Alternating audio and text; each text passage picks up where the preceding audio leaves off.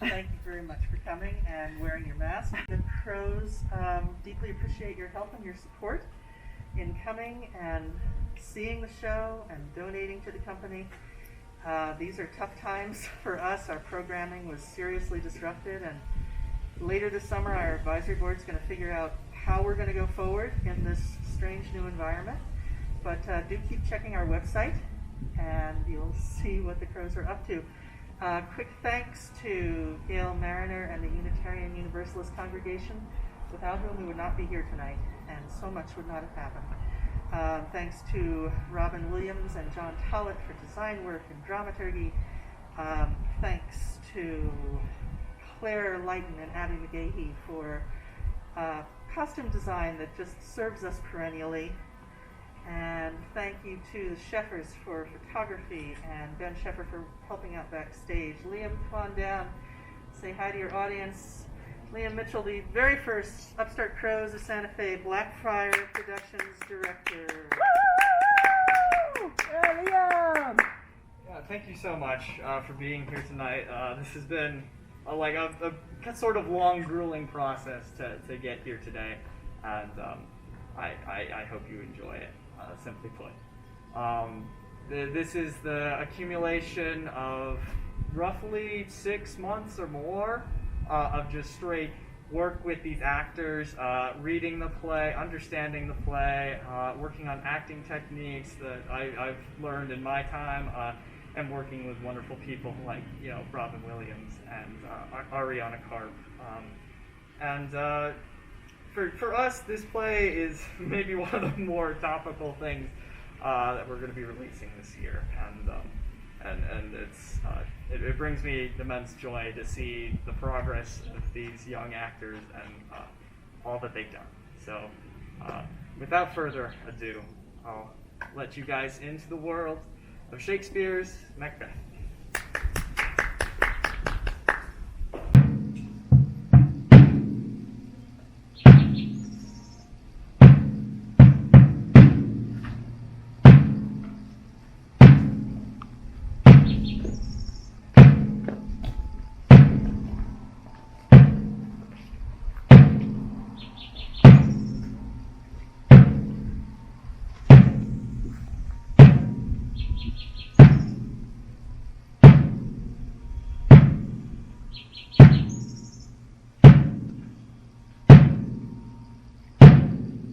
When shall we three meet again, in thunder, lightning, or in rain? When the hurly-burly's done, when the battle's lost and won, that will be ere the set of sun. Where the place? upon the heath, There to meet with Macbeth. I come, Grimalkin. paddock calls. Anon. Fair is foul and foul is fair. hover through the fog and fills the air.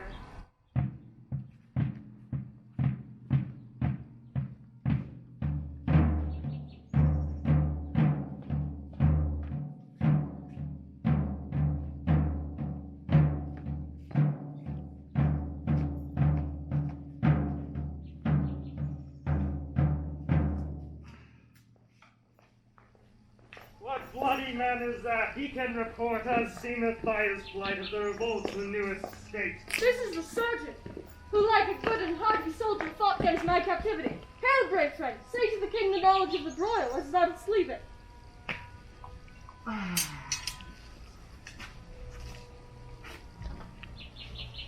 Doubtful it stood, as two spent swimmers that do clang together and choke their art. The merciless Macdonald, worthy to be a revel for to that. The multiplying villainies of nature do swarm upon him from the western isles of towns and gallow glasses, is supplied, and fortune on his damned quarry smiling, showed like a rebel's whore. But all's too weak for brave Macbeth.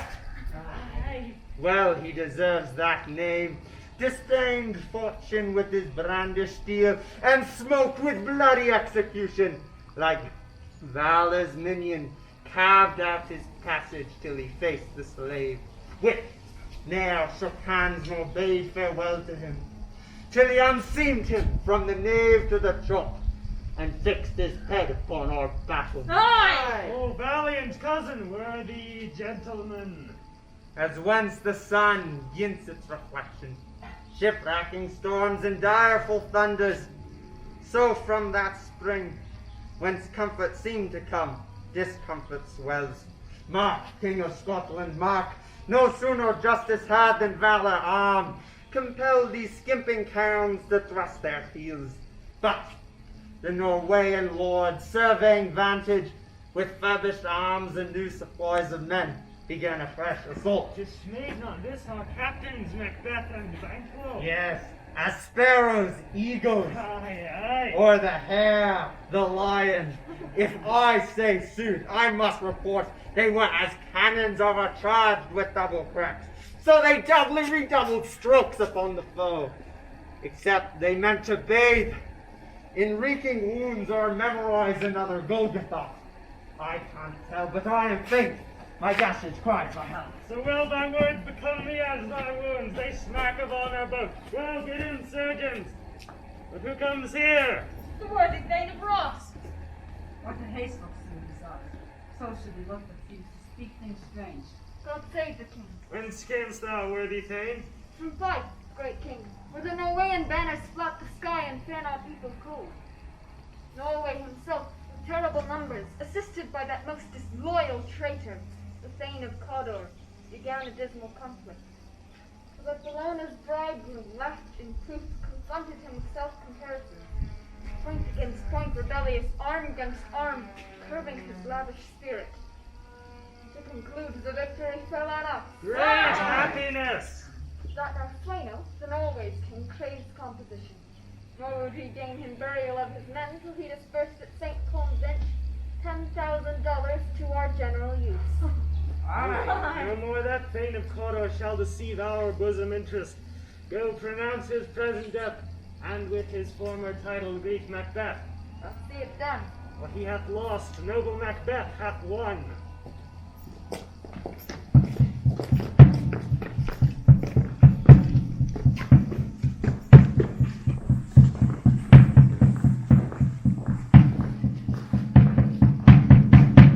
Where hast thou been, sister? Killing squire. Sister, where thou?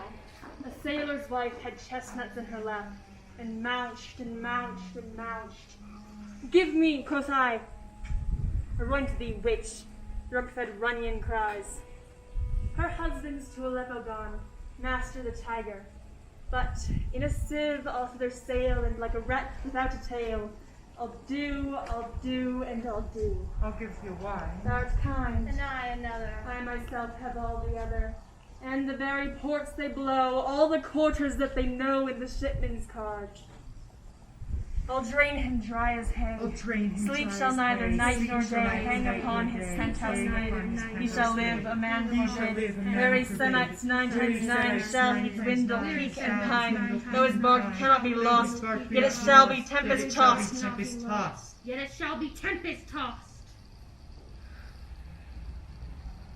Look what I have. Show me. Show me. Here, I have a pilot's thumb. Wrapped as homeward he did come. A drum, Macbeth doth come.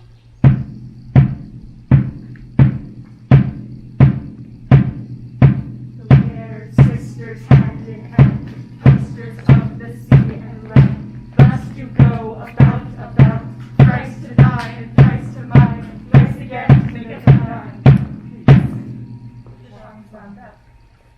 So foul and fair a day I have not seen. How far is it called to force? What are these? So withered and so wild in their attire. They look not like the inhabitants of the earth, and yet they're on it. Live you? Or are you what that men may question?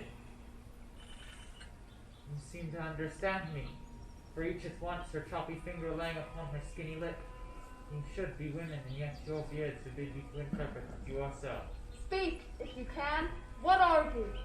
All hail Macbeth, hail to thee, Thane of Glamis. All hail Macbeth. Hail to thee, Thane of Cawdor. All hail Macbeth, that shalt be king hereafter. Good sir, why do you start and seem to fear things that do sound so fair? in the name of truth. Are you fantastical? Or that indeed which outwardly you show? My noble partner, you meet with present grace and great prediction of noble having and of royal hope, that he seems rapt withal. To me you speak not. If you can look into the seeds of time and say which grain will grow and which will not, speak then to me, who neither beg nor fear your favours nor your hate. Hail. Hail. Hail. Lesser than Macbeth and greater. Not so happy, yet much happier. Thou shalt get kings, though thou be none. So all hail Macbeth and Banquo. Banquo and Macbeth, all hail. Stay, you imperfect speakers, tell me more. By Sinel's death I know I am Thane of Floms, but how of Cawdor? The Thane of Cawdor lives, a prosperous gentleman, and to be king stands not within the prospect of belief no more than to be Cawdor. Say, from whence you owe this strange intelligence, or why upon this blasted heath you stop our way with such prophetic greeting? Speak, I charge you! The earth hath bubbles as the water has, and these are of them. Whither have they vanished? Into the air, and what seemed portal melted as breath into the wind. Would they had stayed? Were such things here as we do speak about, or have we eaten on the insane root that takes reason prisoner? Your children shall be kings. You shall be king. And Thane of Cawdor, was it not so? To the self-same tune and words. Who's that? The king hath happily received Macbeth news of thy success, and when he reads thy personal venture in the rebel's flight, his wonders and his praises do contend what should be thine or his. Silenced with that and viewing of the rest of the self-same day, he finds thee in the stout Norwegian ranks, nothing afeard of what thyself didst make.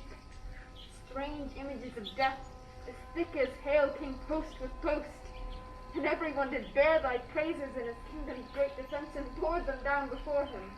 We are sent to give thee from our royal master thanks, only to herald thee into his sight, not pay thee.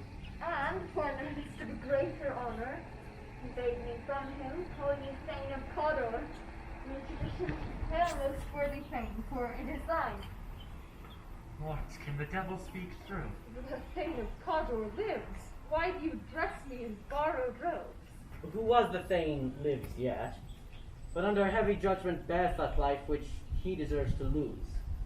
Whether he was combined with those of Norway, or did line the rebels through hidden help and vantage, or that with both he laboured in his country's wrack, I know not. But treason's capital, confessed and proved, have overthrown him. Logs, and Thane of Cawdor too. The greatest is behind. Thanks for your pains. Do you know what your children shall be kings, when those that gave the Thane of Cawdor to me promised no less to them? That trusted home might enkindle you to the crown besides the Thane of Cawdor. But 'tis strange, and oftentimes to win us to our harm, the instruments of darkness tell us truths, win us with honest trifles, to betray us in deepest consequence. Cousins, a word I pray. Two truths are told, as happy prologues to the swelling activity imperial theme. I thank you, gentlemen. This supernatural soliciting cannot be ill. Cannot be good. If ill, why hath it given me earnest of success commencing in its truth? I am Thane of Cawdor. If good, then why do I yield to that suggestion, whose horrid image doth unfix my hair and make my seated heart knock at my ribs against the use of nature? Present fears are less than horrible imaginings.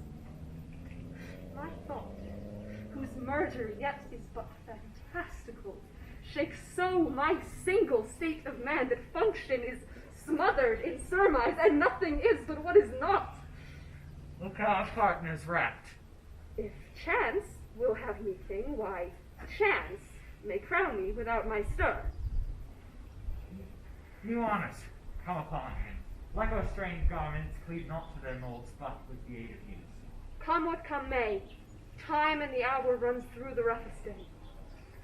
Worthy Macbeth, we stay upon your leisure. Give me your favor, my dull brain was wrought with things forgotten. Kind gentlemen, Your pains are registered where every day I turn the leaf to read them. Let us toward the king. Think upon what hath chanced, and at more time, the interim having weighed it, let us speak our free hearts each to other. Very gladly. Till then, enough. Come, friends.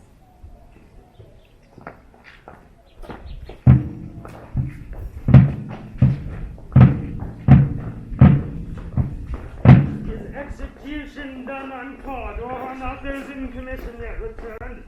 My liege, they're not yet come back. But I've spoke with one that saw him die, who did report that, very frankly, he confessed his treasons, implored your highness pardon, and set up a deep repentance. Nothing in his life became him like believing it. He died as one that had been studying in his death, to throw away the dearest thing he owed as to a careless trifle. There is no art to find the mind's construction in the face. He was a gentleman on whom I built an absolute trust. Worthiest cousin, the sin of my ingratitude even now was heavy on me. Thou art so far before that swiftest wing of recompense is slow to overtake thee. Would thou hadst less deserved. That the proportion both of thanks and payment might have been mine. Only I have to say more is thy due than more than all can pay. The service and the loyalty I owe you doing it is itself. Your highness part is to receive our duties, and our duties are, to your throne estate, as children and servants, which do but what they should by doing everything safe towards your love and honor. Thou come hither, I have begun to plant thee, and will labor to make thee full of growing. Noble Banquo, that hast no less deserved, nor must be known no less have done so. Let me enfold thee and hold thee to my heart. There, if I grow, the harvest is your own. My plenteous joys, wanton in fullness, seek to hide themselves in drops of sorrow. Sons, kinsmen, thanes, and yous, places are the nearest. Know we shall establish our estate upon our eldest Malcolm, whom we name hereafter the Prince of Cumberland, which honor must not be unaccompanied. Invest him only, but signs of nobleness, like stars, shall shine on all deservers. From hence to Inverness, and bind us further to you. The rest is labor, which is not used for you. I'll be myself the harbinger, and make joyful the hearing of my wife with news of your approach. So humbly take my leave. My worthy Cawdor.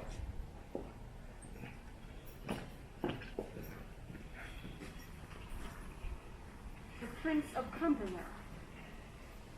That is a step on which I must fall down, or else o'erleap, for in my way it lies.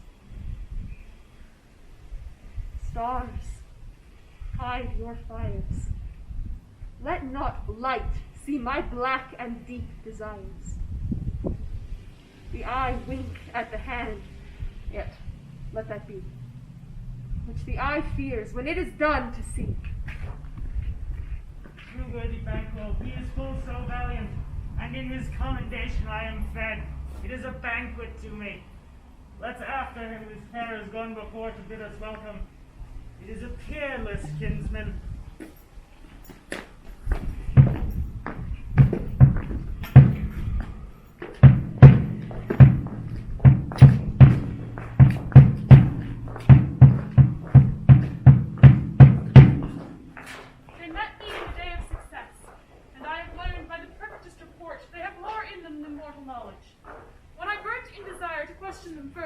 They made themselves air, into which they vanished.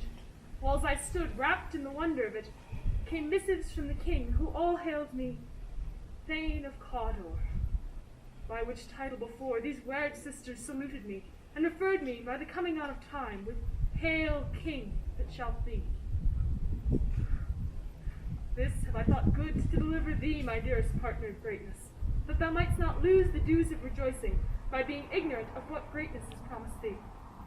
Lay it to thy heart, and farewell. Glum as thou art, and Cawdor, and shalt be what thou art promised. Yet do I fear thy nature. It is too full of the milk of human kindness to catch the nearest way. Thou wouldst be great, art not without ambition, or without the illness that doth attend it.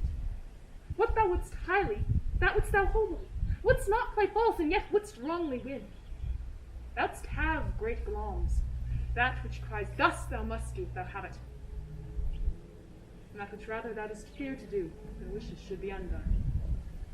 Hie thee hither, that I may pour my spirits in thine ear, and chastise with the valor of my tongue all that impedes thee from the golden round, which fate and metaphysical aid doth seem to have thee crowned withal.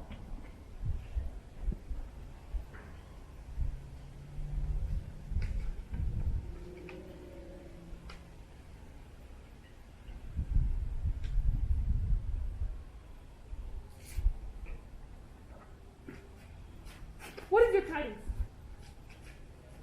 Madam, the king comes here tonight. Oh, for God's sake.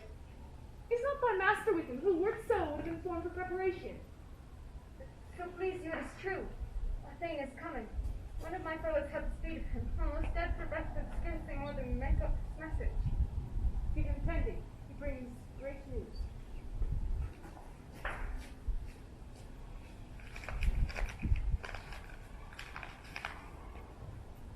The raven himself is hoarse that croaks the fatal entrance of Duncan under my battlements.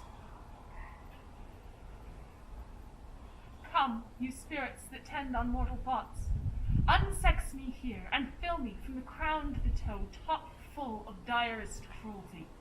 Make thick my blood, stop up the access and passage to remorse, that no compunctious visitings of nature shake my fell purpose, nor keep peace between the effect and it.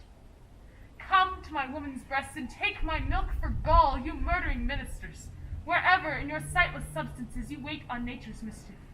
Come, thick night, and pall thee in the dunnest smoke of hell.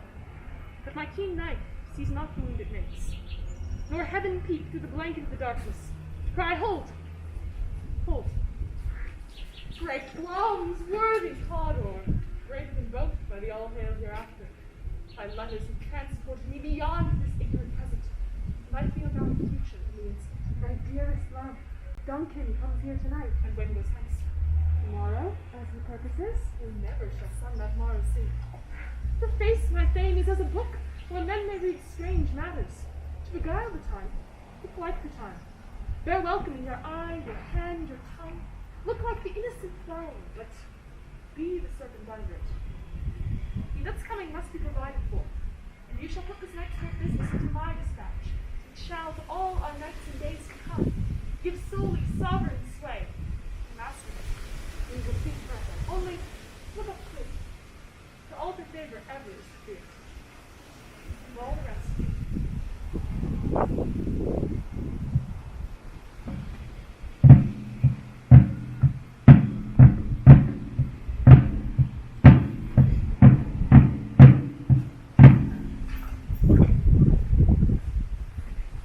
This castle hath a pleasant seat. Here nimbly and sweetly recommends itself unto our gentle senses. This guest of summer the temple-haunting martlet does approve, by its loved masonry. At the heaven's breath smells wooingly here. No jutty frieze butters nor fine advantage, but this bird hath made his pedant bed and procreant cradle, where he must breathe and haunt. I have observed the air is delicate. See our honored hostess. The love that follows us sometime is our trouble, which still we thank as love. Herein I teach you how you shall bid God ild us for our pains, and thank us for our trouble. All our service in every point twice done, and then done double. We're poor and single business to contend against those honors, deep and broad, wherewith your majesty loads our house. For those of old, when the like dignities heaped up to them, you rest your airlines. Where's the Thane of Cawdor? We quashed him at the heel, and had a purpose to be his purveyor. But he rides well, and his great love, sharp as his spear, hath holpen him to his home before us. Fair and noble hostess, we are your guests tonight. Your servants ever have theirs themselves, and what is theirs in compt, to make their audit of your highness' pleasure, still to return your own. Give me your hand, conduct me to my host. We love him highly, and shall continue our graces towards him. By your leave, hostess.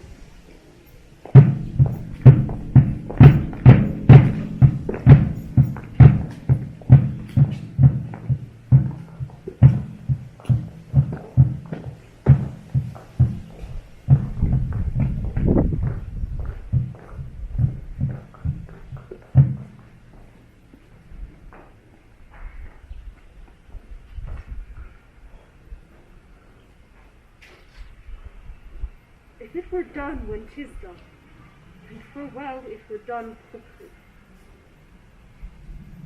If the assassination could trammel up the consequence, and catch with his surcease success, that but this blow might be the be-all and the end-all here, but here upon this bank and shoal of time we jump the life to come.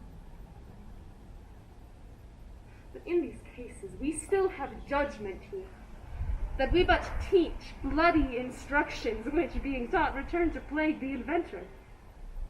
This even-handed justice commends the ingredients of our poisoned chalice to our own lips. He's here in double trust.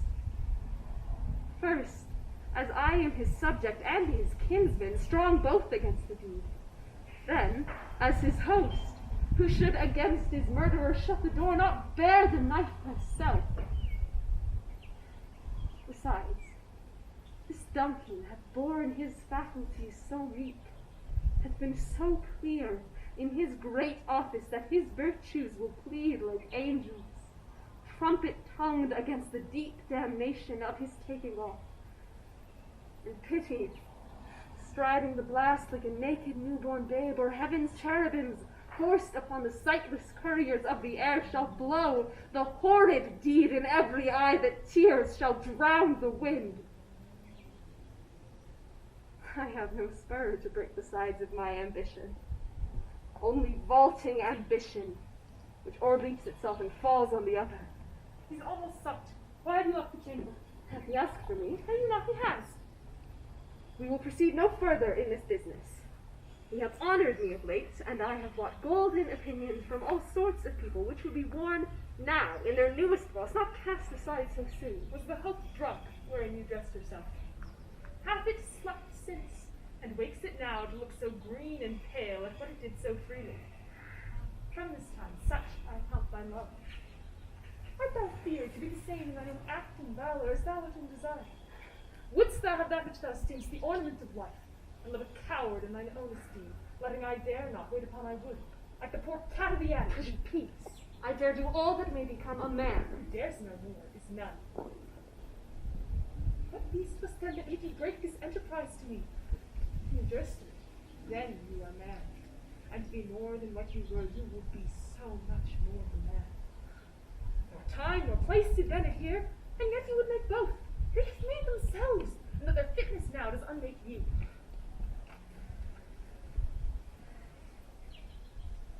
I have given supper, and know how tender 'tis to love the babe that milks me. I would, while it was smiling in my face, have plucked my nipple from his boneless gums and dashed the brains out, had I so sworn as you have done to this. If we should fail, we fail. Screw your courage to the sticking place, and we'll not fail. When Duncan is asleep, whereto the rather shall his day's hard journey soundly invite him, his two chamberlains will I, with wine and wassail, so convince that memory, the warder of the brain, should be a fume, and the receipt of reason a lindup only. When in swinish sleep their wretched natures lies as in a death, what not matter form upon the unguarded Duncan? What not put upon his spongy officers, who shall bear the guilt of our great cloud? Bring forth men children only, but thy undaunted metal should compose nothing but males. Will it not be received when we have marked with blood those Seleni too of his own chamber, and used their very daggers that they have done it? Who dares receive another, as we shall make our griefs and clamor roar upon his death? I am settled, and bend up each corporal agent to this terrible feat. Away, and mock the time with fairest shadow. False face must hide what false heart doth do.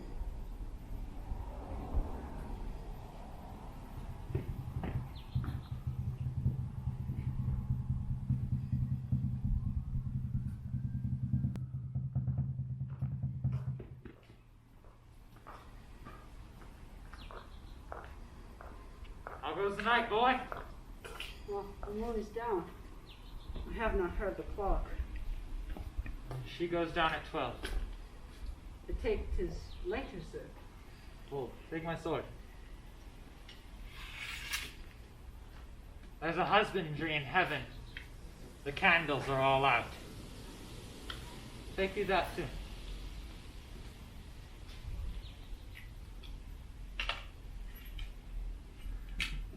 A heavy summons lies like lead upon me, and yet I would not sleep. Merciful powers, restrain in me the cursed thoughts that nature gives way to in repose. Give me my sword. Who's there? A friend. What, sir, not yet at rest? The king's abed. He hath been an unusual pleasure, and hath sent forth great largesse to your offices. This diamond he greets your wife withal, by the name of most kind hostess, and shut up in measureless contempt. Being unprepared, our will became the servant to defect, which else should free abroad. All's well. I dreamt last night of the three weird sisters. To you they have shown some truth. I think not of them. Yet, when we can entreat an hour to serve, we would spend it in some words upon that business, if you would grant the time. At your kindest leisure. If you shall cleave to my consent, when 'tis it shall make honor for you. So long as I lose none in seeking to augment it, but keep my bosom franchise and allegiance clear, I shall be counseled. Good repose the while. Thanks, sir, the like to you.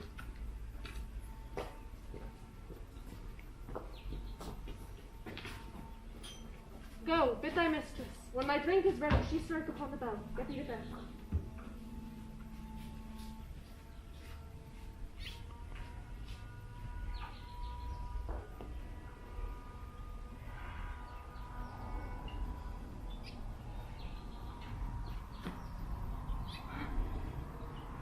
Is this a dagger which I see before me? A handle towards my hand. Come, let me touch thee. I have thee not, and yet I see thee still. Art thou not fatal vision, sensible to feeling as to sight? Or art thou but a dagger of the mind, a false creation proceeding from the heat oppressive brain? I see thee still, in form as palpable as this which now I draw. Thou marshallest me the way that I was going, and such an instrument was I to use. Mine eyes are me the fools of the other senses. Or else worth all the rest. I see thee yet, and on thy blade and dudgeon gouts of blood which was not so before. There is no such thing. It is the bloody business which informs thus to mine eyes.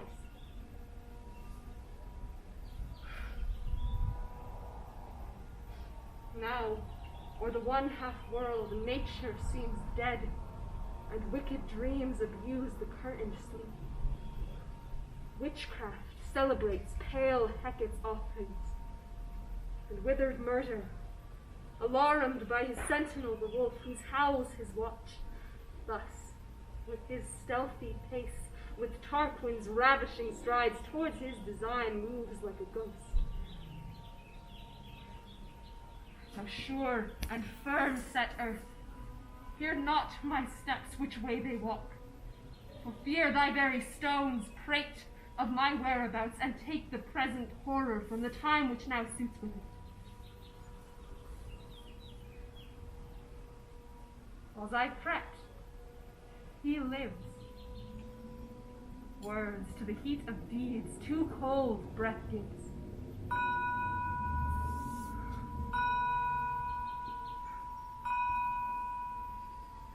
I go, and it is done. The bell invites me. Hear it not, Duncan, for it is a knell that summons thee to heaven. What to have?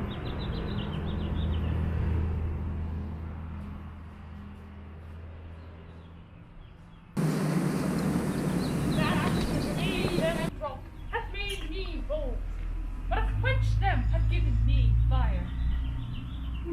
Hark! It's the owl that shrieked, the fatal bellman which gives the stardust good night. He is about it, the doors are open, and the surfeited grooms who mock their charge with snores. I've judged their possets, but death and nature contend about them, whether they live or die. Who's there? What now? Alack, I'm afraid they've awaked, and 'tis not done. The attempt and not the deed confounds us. Hark, leave their daggers ready. He could not miss them. Had he not resembled my father as he slept, I had done it. My husband, I have done the deed. Didst thou not hear a noise? I heard the owl scream and the crickets cry. Did not you speak? When? Now? As I descended. Aye. How could I in the second chamber of thought obey? This is a sorry sight. Foolish thought to say a sorry sight. There's one did laugh in his sleep, and one cried murder that they did wake each other. I stood and heard them, but they did say their prayers and dress them again to sleep. There's two lodged together. One cried, God bless us, and amen the other, as they had seen me with these hanged men's hands. Listening their fear, I could not say amen when they did say God bless us. Consider it not so deeply. But wherefore could I not pronounce amen?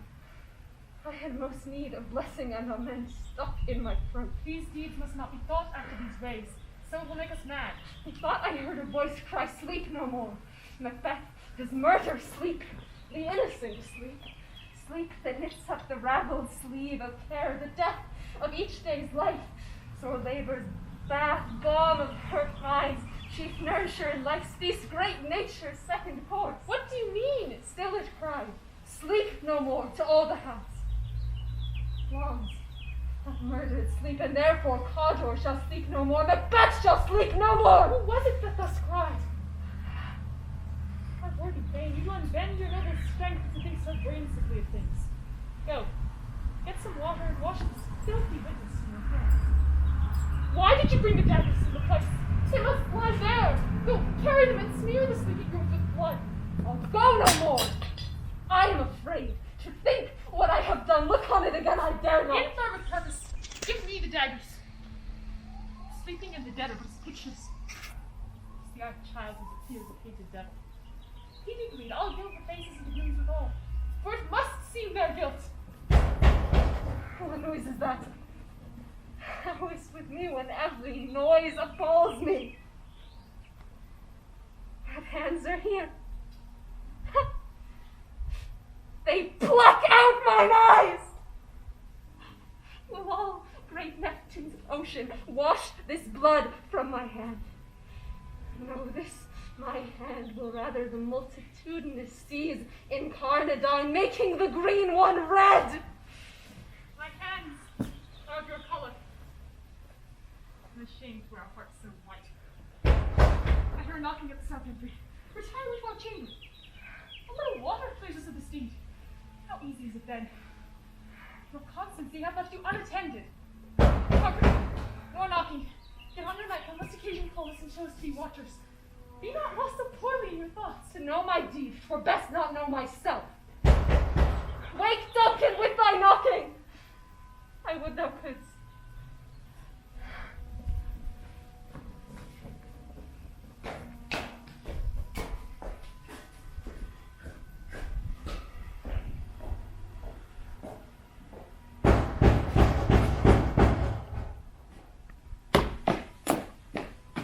Here's a knocking indeed. If a man were porter of Hellgate, he should have all turning the key. Knock, knock, knock. Who is there? In the name of Beelzebub. Here's a farmer. He hanged himself on the expectation of plenty. Come in time. Have napkins now about you. Here, you sweat boy.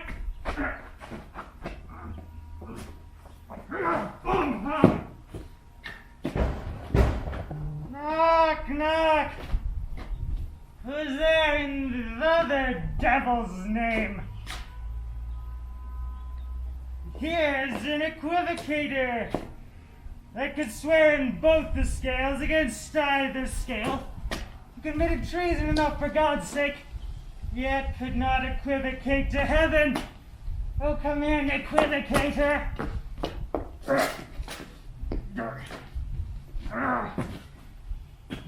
Boom! Knock, knock, knock! Who's there? Here's an English tailor. I'm hither for stealing out of a French house. Come in, tailor. Here you may roast your goose.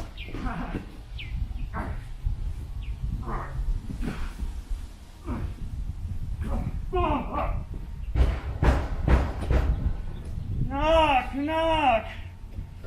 Never quiet. What are you? This place is too cold for hell. I'll devil quarter it no further. I had thought to let in some of all the professions that go the primrose way to the everlasting bonfire. Anon, anon. I pray you, remember the porter. Was it so late, friend, ere you went to bed that you lie so late? Nay, sir, we were carousing till the second cock.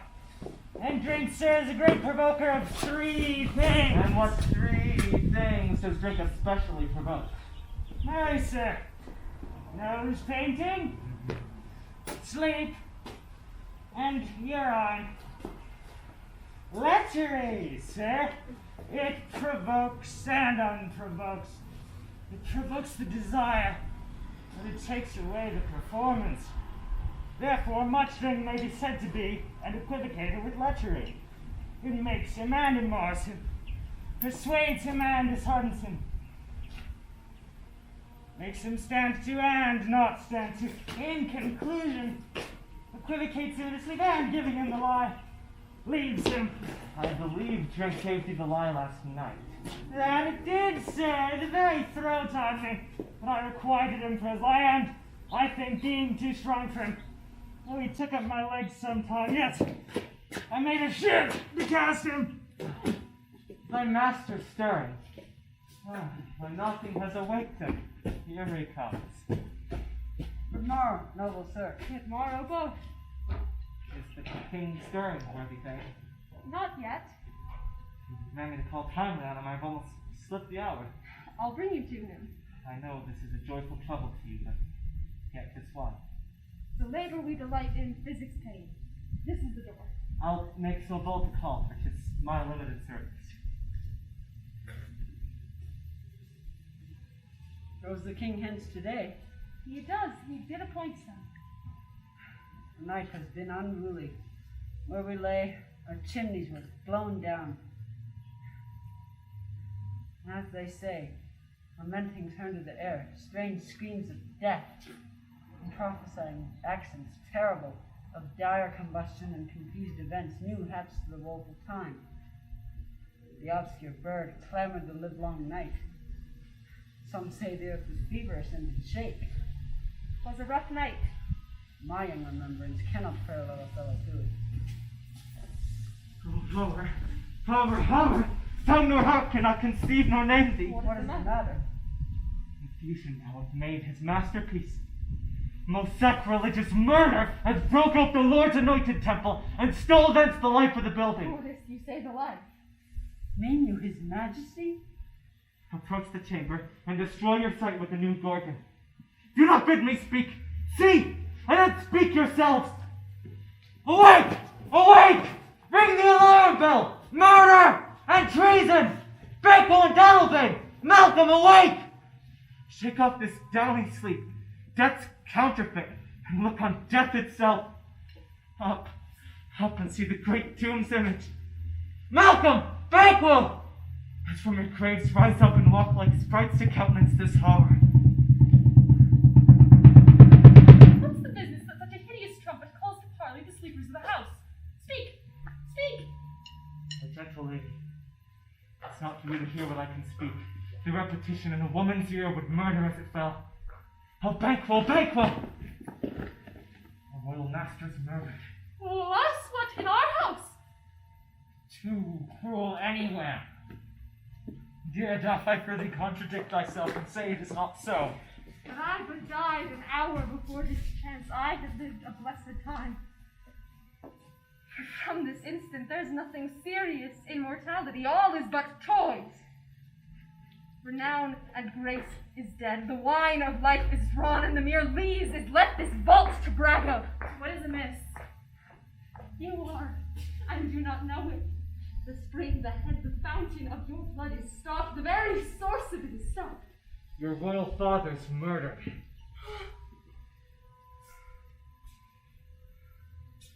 By whom?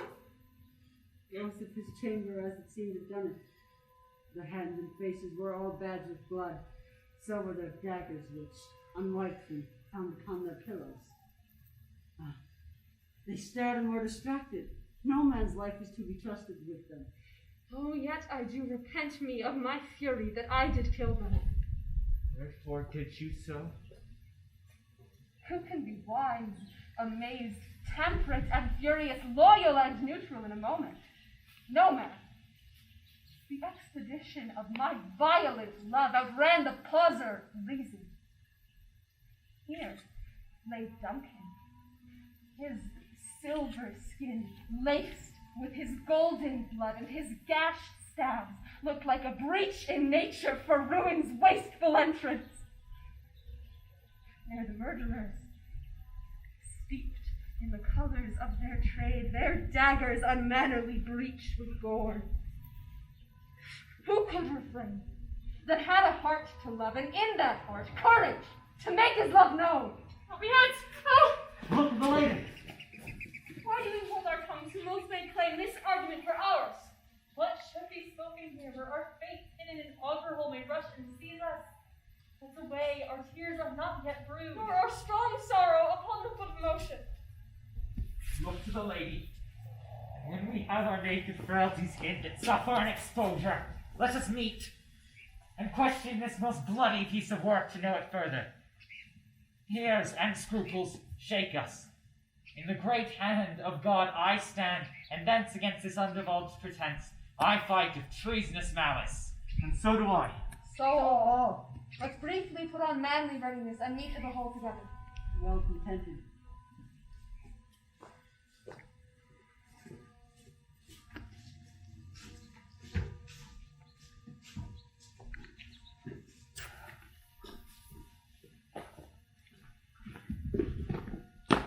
What shall we do? Let's not consort with them. To show an unfelt sorrow is an office which a false man does easy. All to England. To Ireland I. Our separated fortune should leave us both the safer. Where we are, there's daggers in men's smiles. The nearer in blood, the nearer bloody. The murder's shaft that shot is not yet lighted. And our safest way is to avoid the aim. Therefore to horse. Let us not be dainty of leave-taking, but shift at once. There's warrant in that theft that steals itself when there's no mercy left.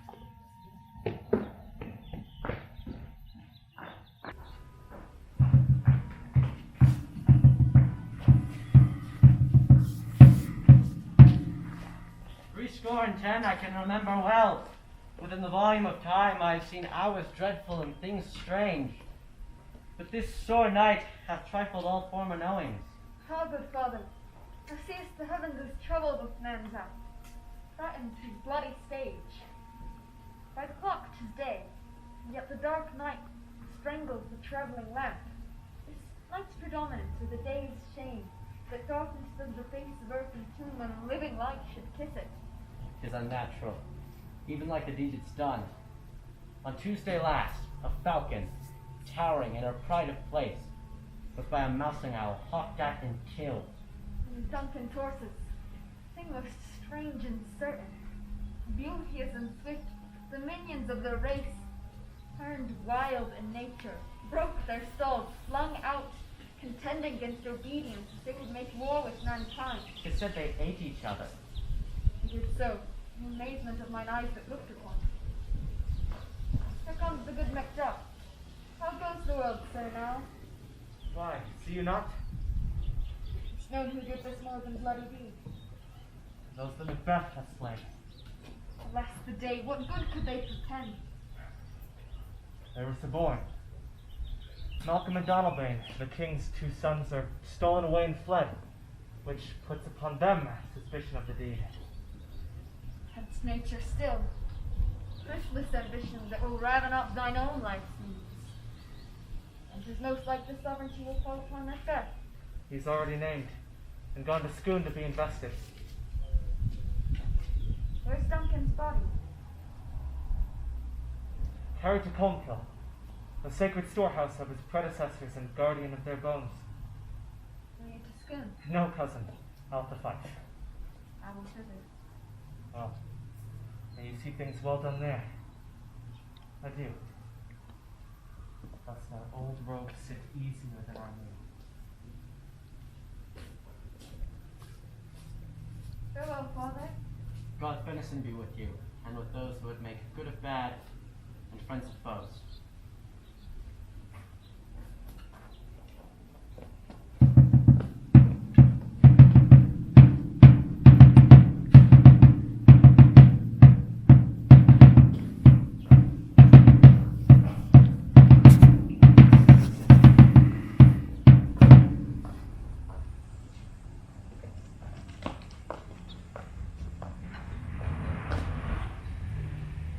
Thou hast it now, King, Cawdor, Glamis, all, as the weird women promised.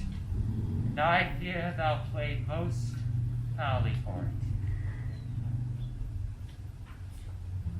But it was said it should not stand in thy posterity, but that myself should be the root and father of many kings.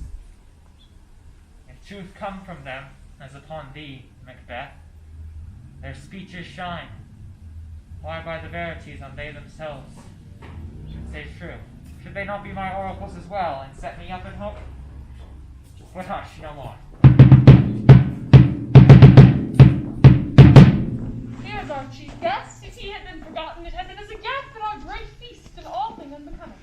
Tonight we hold a solemn supper, sir, and I'll request your presence. Let your highness command upon me, with my duties are with the most indissoluble tie forever named. Ride you this afternoon. Aye, my lord.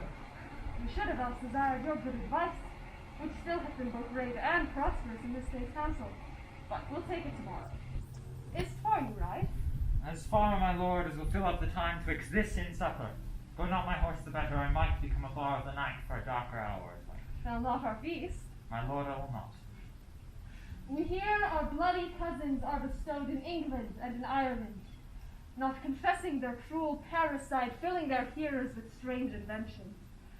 But of that tomorrow, when therewithal we shall have cause of state craving us wrongly.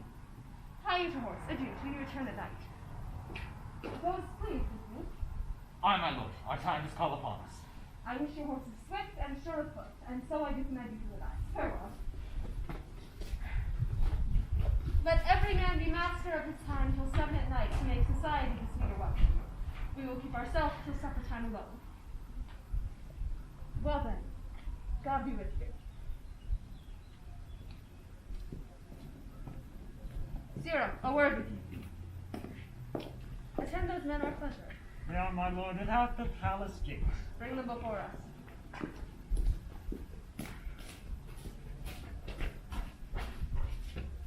To be thus is nothing but to be safely thus. Our fears in Banquo stick deep, and in his royalty of nature reigns that which would be feared. 'Tis much he dares, and to that dauntless temper of his mind he hath a wisdom that doth guide his valor to act in safety.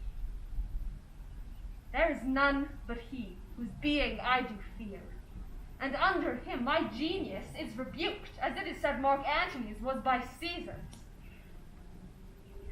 He chid the sisters, when first they placed the name of king upon me, bade them speak to him, and, prophet-like, they hailed him father to a line of kings. Upon my head they placed a fruitless crown, put a barren scepter in my grasp, thence to be wrenched with an unlineal hand, no son of mine succeeding. If it be so, for Banquo's is he, have I filed my mind.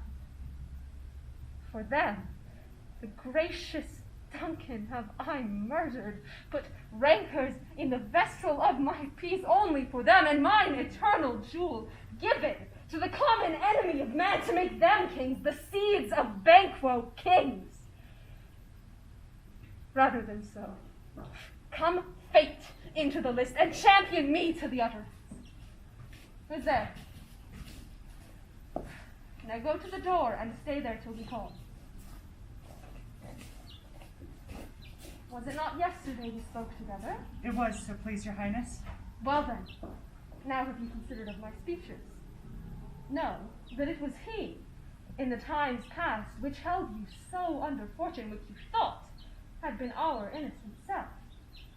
This I made good to you in our last conference, passed in probation with you. How you were borne in hand, how cross, the instruments, who wrought with them, and all things else that might, to half a soul and to a notion praised, say, thus did Banquo. You made it known to us. I did so, and went further, which is now our point of second meeting. Do you find your patience so predominant in your nature that you can let this go? Are you so gospeled as to pray for this good man and for his issue, whose heavy hand hath bound you to the grave and beggared yours forever? We are men, my liege.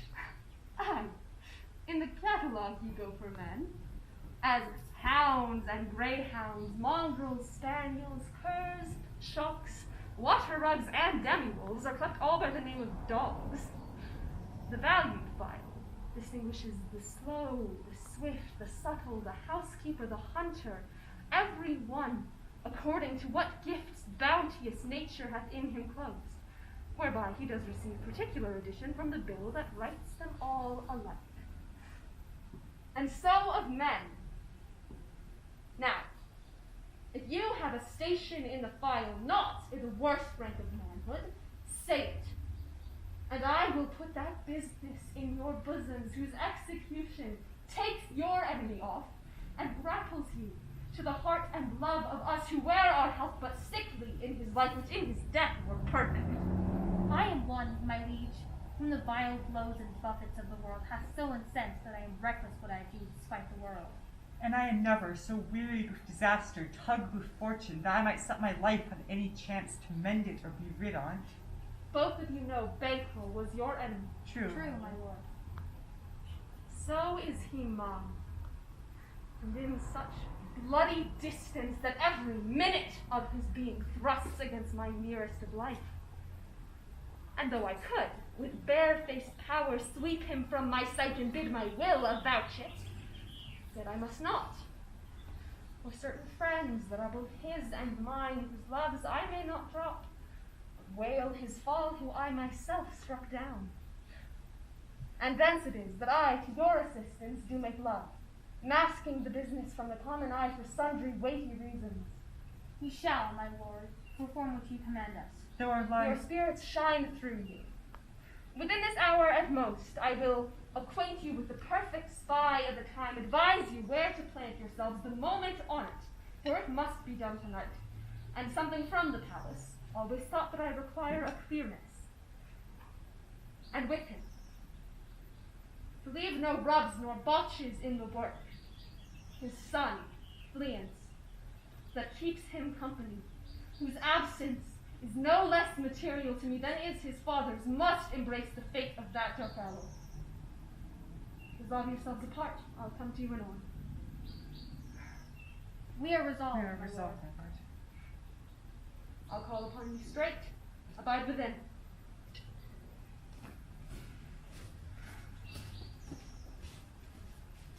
It is concluded. Banquo, thy soul's flight, if it find heaven, must find it out tonight.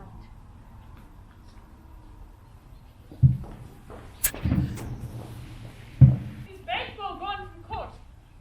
Madam, but returns again tonight. Say to the king I would attend his leisure for a few words.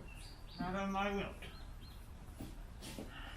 Not had, all spent, where our desire is got without content. 'Tis safer to be that which we destroy, than by destruction dwell in doubtful joy. How now, my lord? Why do you keep alone? Of sorry fancies your companions making, using those thoughts which should indeed have died with them they think on. Things without all remedy should be without regard. What's done is done. We have scorched the snake, not killed it. she'll close and beat herself whilst our poor Melis remains in danger of her former tooth. But let the frame of things disjoint, both the worlds suffer, ere we will eat our meal in fear and sleep in the affliction of these terrible dreams that shake us nightly. Better be with the dead, whom we, to gain our peace, have sent to peace, than on the torture of the mind to lie in restless ecstasy. Duncan is in his grave. After life's fitful fever, he sleeps well. Treason has done his worst. Nor steel, nor poison, malice, domestic, foreign levy, nothing can touch him further. Come on, gentle my lord. Sleek o'er your rugged looks. Be bright and jovial among your guests tonight. So shall I, love, and so I pray be you. Let your remembrance apply to Banquo. Present him eminence, both with eye and tongue. Forsake the while, that we must lave our honors in these flattering streams and make our faces vizards to our hearts, despising what they are. You must leave this. Oh, full of scorpions is my mind, dear wife. Thou knowest Banquo and his fleest limbs. In them nature's copy's not a term. There's comfort yet. They are assailable. And be thou jocund. Ere the bat hath flown his cloistered flight, ere the shard-born beetle to black Hecate's summons hath rung night's yawning peal, there shall be done a deed of dreadful note. What's to be done? The innocent of the knowledge, dearest Chuck, till thou applaud the deed. Come, sealing night, scarf up the tender eye of pitiful day, and with thy bloody and invisible hand cancel and tear to pieces that great bond which keeps me pale. Light thickens, and the crow makes wing to the rooky wood. Good things of day begin to droop and browse, whilst night's black ages to their praise be rise. I'm marvelous at my words, but hold thee still. Things bad begun make strong themselves by you. So pretty, go with me.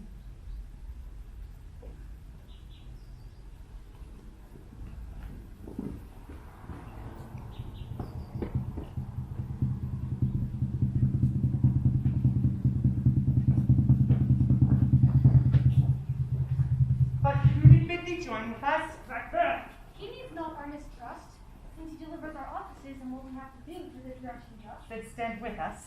The west gate glimmers with some streaks of day, now spurs the lazy traveller apace to gain the timely inn, and near approaches the subject of our watch. Where can I hear horses? Give us a light there, ho! Thence is he. The rest that are within the note of expectation are here in the court. His horses go about. Almost a mile, but he does usually, so all men do from hence to the palace gate make it their walk. A light, a light. 'Tis he, stand to it.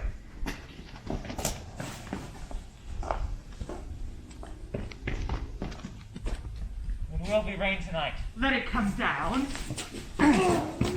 Treachery! Fly and flee and fly! Thou mayest revenge! Slave! We didn't strike out the light. What's not the way? There's but one down, the sun is fled. We have lost this half of our fare. Well, let's away and see how much is done.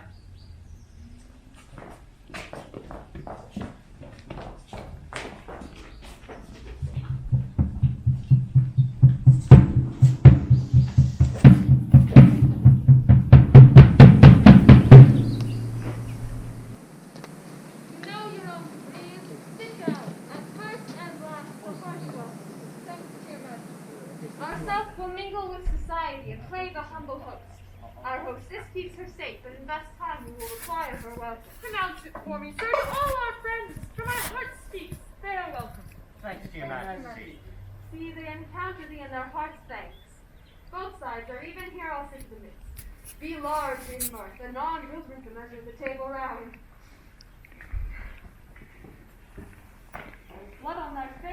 Banquo's dead. Tis better be without than be within.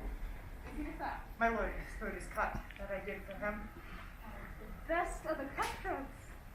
Yet he's good that people like for fleas. If thou didst, but thou art the non for that. Most royal sir, Fleance escaped. Then comes my fit again. I had else been perfect, whole as the marble, founded as the rock, as broad and general as the casing air.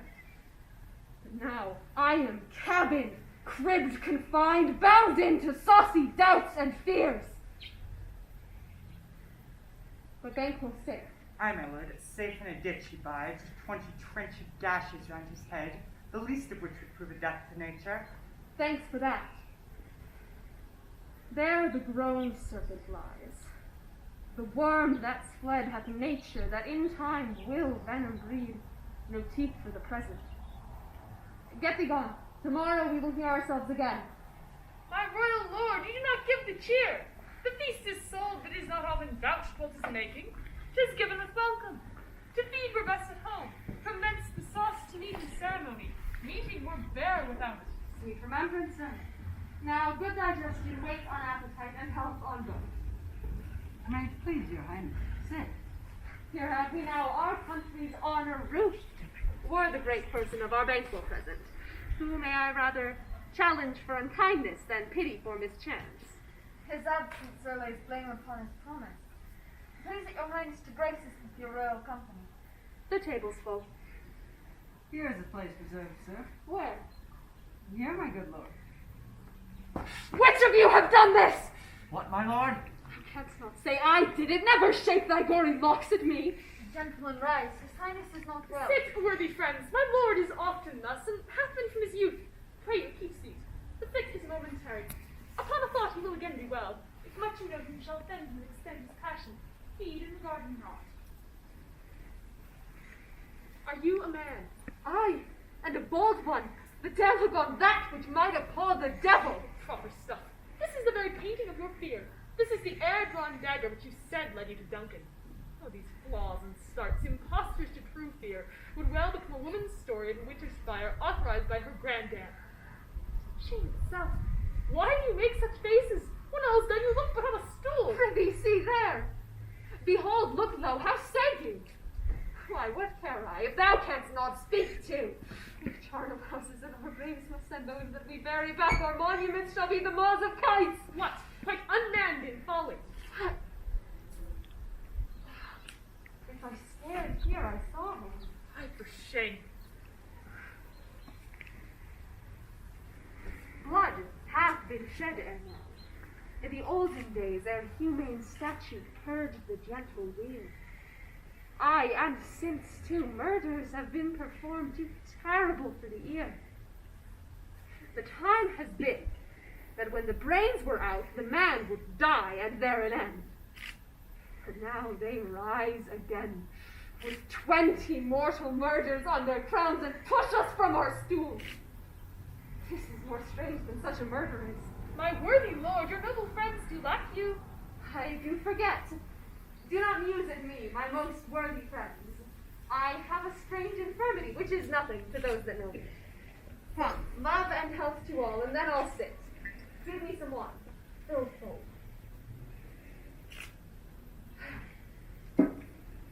I drink to the general joy of a whole table, and to our dear friend Banquo, whom we miss. Would he were here.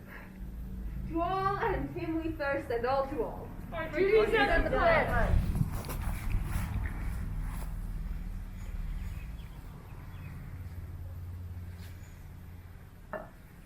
Avaunt, and quit my sight! Thy bones are marrowless, thy blood is cold, thou hast no speculation in those eyes which thou dost glare with. Think of this, good peers, but is a thing of custom. 'Tis no other, only it spoils the pleasure of the time. Approach thou, like the rugged Russian bear, the armed rhinoceros, or the Hyrcan tiger. Take any shape but that, and my firm nerves shall never tremble. I'll be alive again, and dare me to the desert with my sword. Trembling, I inhabit then, protest me, the baby of a girl. Hence, horrible terrible shadow and real mockery hence!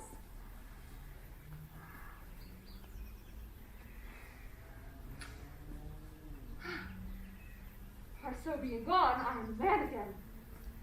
Pray you, sit still. You have displaced the murder, broke the good meeting with most admired disorder. Can such things be? And overcome us like a summer's cloud without our special wonder. You make me strange, even to the disposition that I owe. For now I think you can behold such sights and keep the natural ruby of your cheeks when mine is blanched with fear!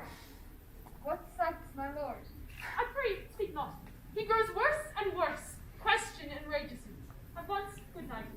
Stand not upon the order of your going, but go at once. Good night, and better health attend his majesty. Kind good night to all.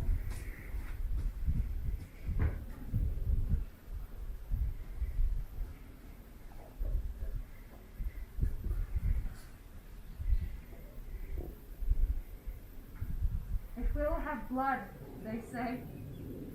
Blood will have blood.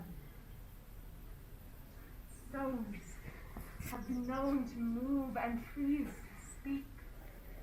Authors and understood relations have by maggot pies and chucks and rooks brought forth the secret man of blood. What is the night? Almost at odds with morning, which is which.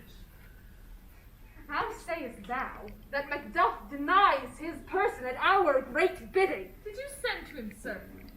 I hear it by the way, but I will send. And there's not a one of them but in his house I keep a sort of feed. I will tomorrow, and betimes I will to the weird sisters. More shall they speak, for now I am bent to know by the worst means the worst, for mine own good all causes shall give way.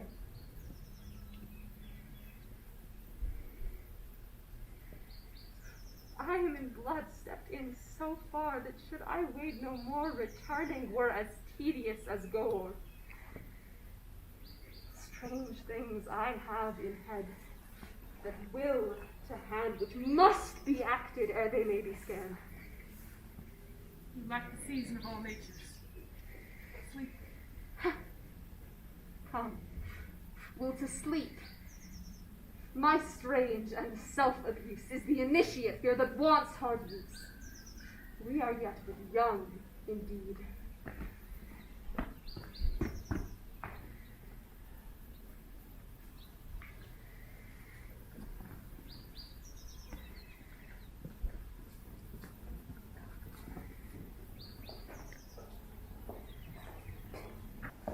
My former speeches, however, take your thoughts, which can interpret farther. Only I say things have been strangely born. The gracious Duncan was pitied of Macbeth. Married, he was dead. And the right valiant Banquo walked too late. And you may say, if it please you, Fleance killed, or Fleance fled.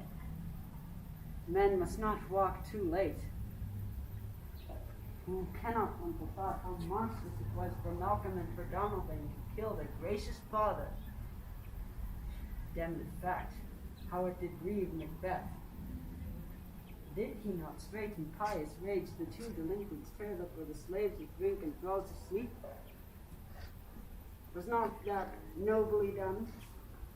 Aye, and wisely too.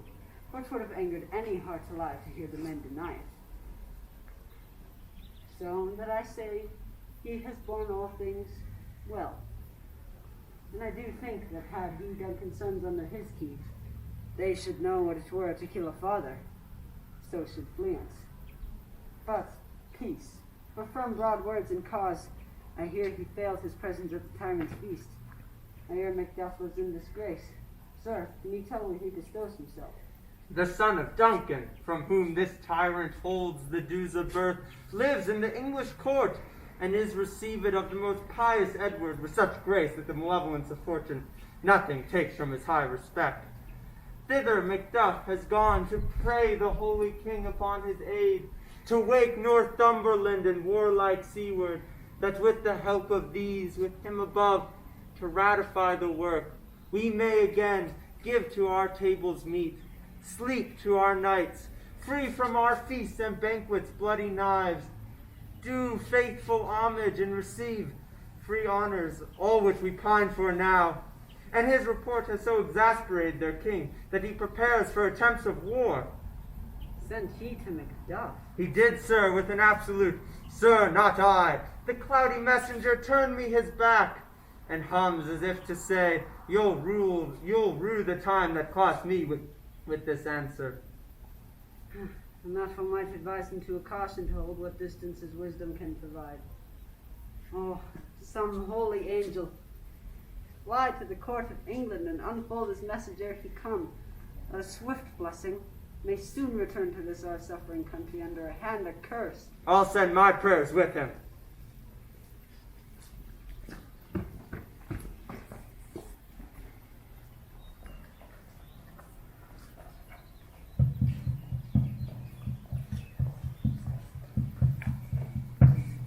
Thrice the blinded cat hath mewed. Thrice at once the hedge could wide. Harpier cried, "'Tis time, 'tis time."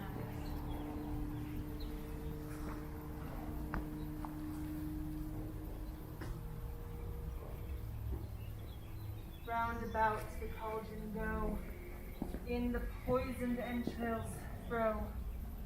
Toad that under cold stone days and nights has 31. Sweltered venom sleeping got, boiled out first in the charmed pot. Double, double, toil and trouble, fire burn and cauldron bubble. Fillet of a fenny snake, in the cauldron boil and bake. Eye of newt and toe of frog, wool of bat and tongue of dog, adder's fork and blindworm's sting, lizard's leg and howlet's wing, for a charm of powerful trouble, like a hell broth boil and bubble. Double, double, toil and trouble, fire burn and cauldron bubble.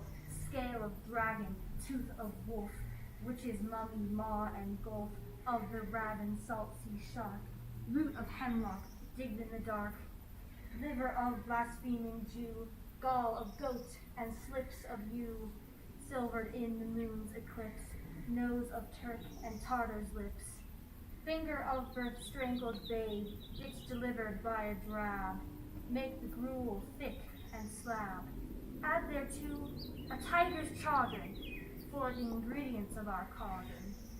Double, double, toil and trouble, fire burn and cauldron bubble. Cool it, Babylon's blood, then the charm is firm and good. By the pricking of my thumbs, something wicked this way comes. Open locks, whoever knocks. And now, you secret black and midnight hags, what is you do? A deed without a name. I conjure you, by that which you profess, howe'er you come to know it, answer me. Though you untie the winds and let them fight against the churches, though the yesty waves confound and swallow navigation up, though bladed corn be lodged and trees blown down, though castles topple on their warders' heads, palaces and pyramids do slope their heads to their foundations, though the treasure of nature's Germans tumble all together, even till destruction sicken. Answer me to what I ask you. Speak. Demand. We'll answer. Say if that's rather heard from our mouths, or from our masters. Call them, let me see 'em. Pour in sow's blood that doth etten, Pernine Pharaoh, grease that sweaten, from the murderer's gibbet, throw into the flame. How high or low thyself and office deftly show. Tell me, thou unknown coward. He knows thy thoughts, hear his speech, but say thou not. Macbeth, Macbeth, Macbeth, beware, Macduff, beware the thane of fight. Dismiss me, enough. Whate'er thou art, for thy good caution, thanks thou hast taught my fear aright. But one word more. He will not be commanded. Here's another, more potent than the first. Macbeth, Macbeth, Macbeth. And I 3 years I hear thee. Be bloody, bold, and resolute.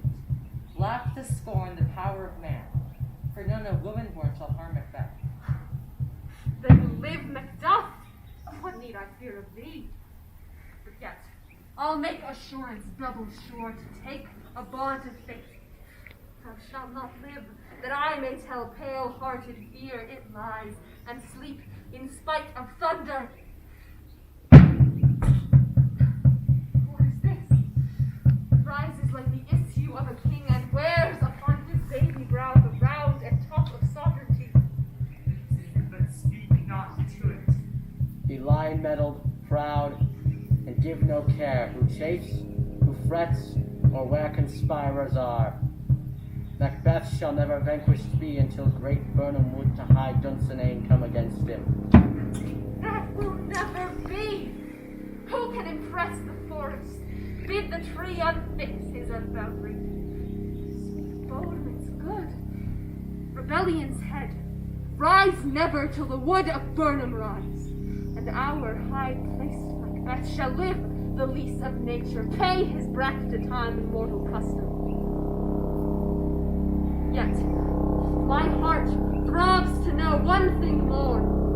Tell me, if your art can tell so much, shall Banquo's issue ever reign in this kingdom? Seek to know no I will be satisfied. Deny me this, and an eternal curse fall on you. Let me know, why sinks that cauldron, and what noise is this? Show. His eyes and grieve his heart, come like shadows, so depart.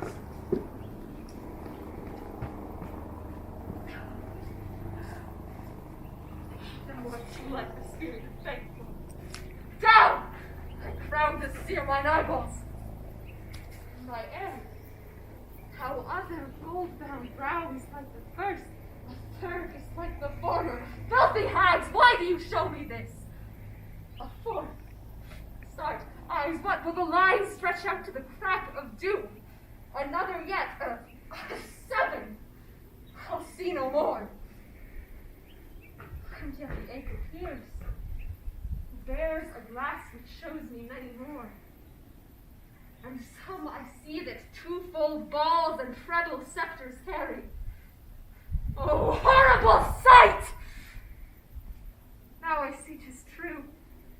For the blood-boltered Banquo smiles upon me and points at them for his. What, is this so? Where are they? Gone? Let this pernicious hour stand I accursed in the calendar! Come in without them. What's your grace's will? Sign of the Weird Sisters.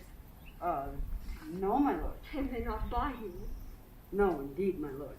Infected be the air whereon they ride, and damned all those that trust them. I did hear the galloping of horse. Who was it came by? 'Tis 2 or 3, my lord, that bring you word. Macduff is fled to England. Fled to England? Aye, my good lord. Time, thou anticipatest my dread exploits.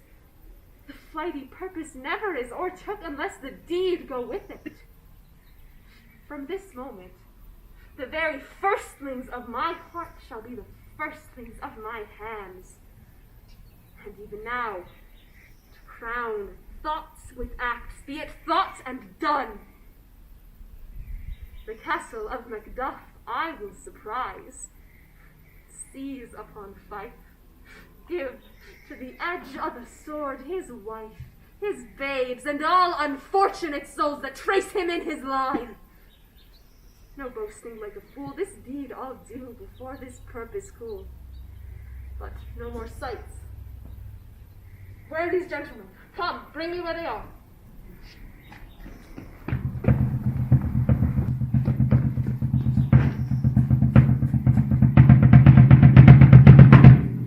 What had he done to make him fly the land? You must have patience, madam. He had none. His flight was madness. When our actions do not, our fears do make us traitors. You know not whether it was his wisdom or his fear. Wisdom.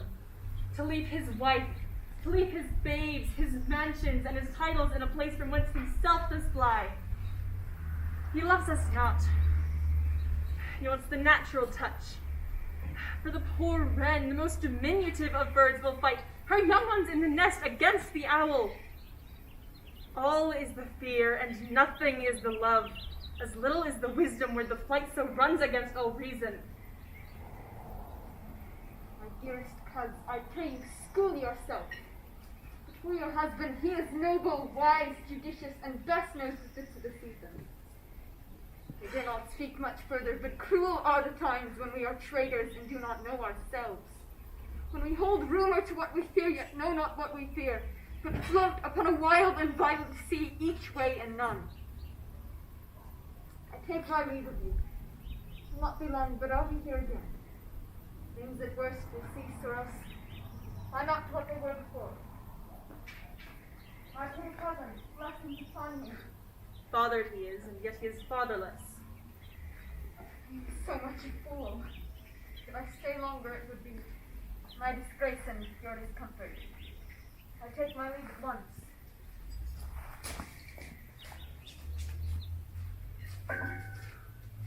Sira, your father is dead.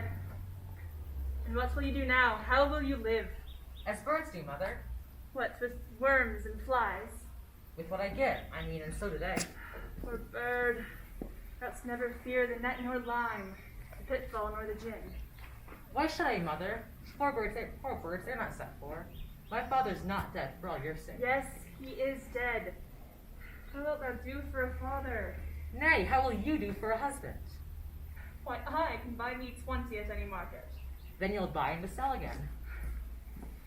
Thou speakst with all thy wit, and yet a faith was wit enough for thee.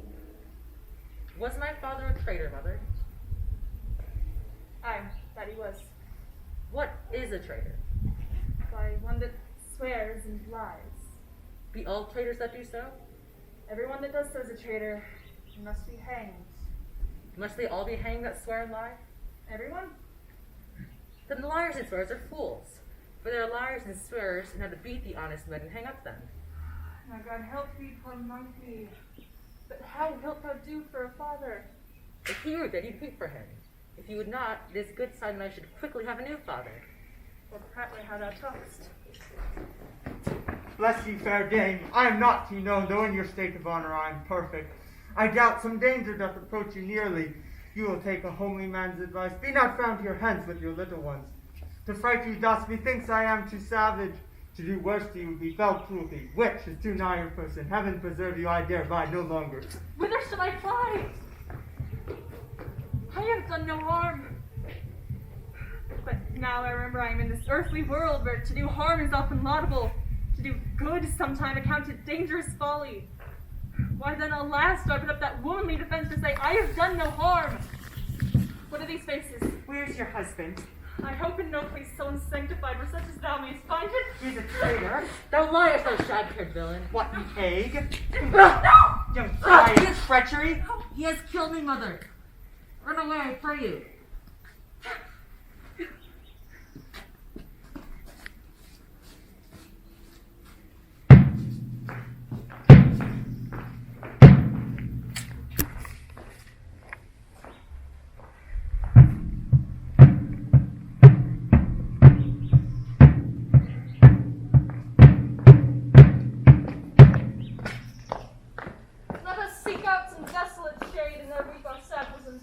Let us rather hold fast the mortal sword and let good men destroy our downfall and birthday.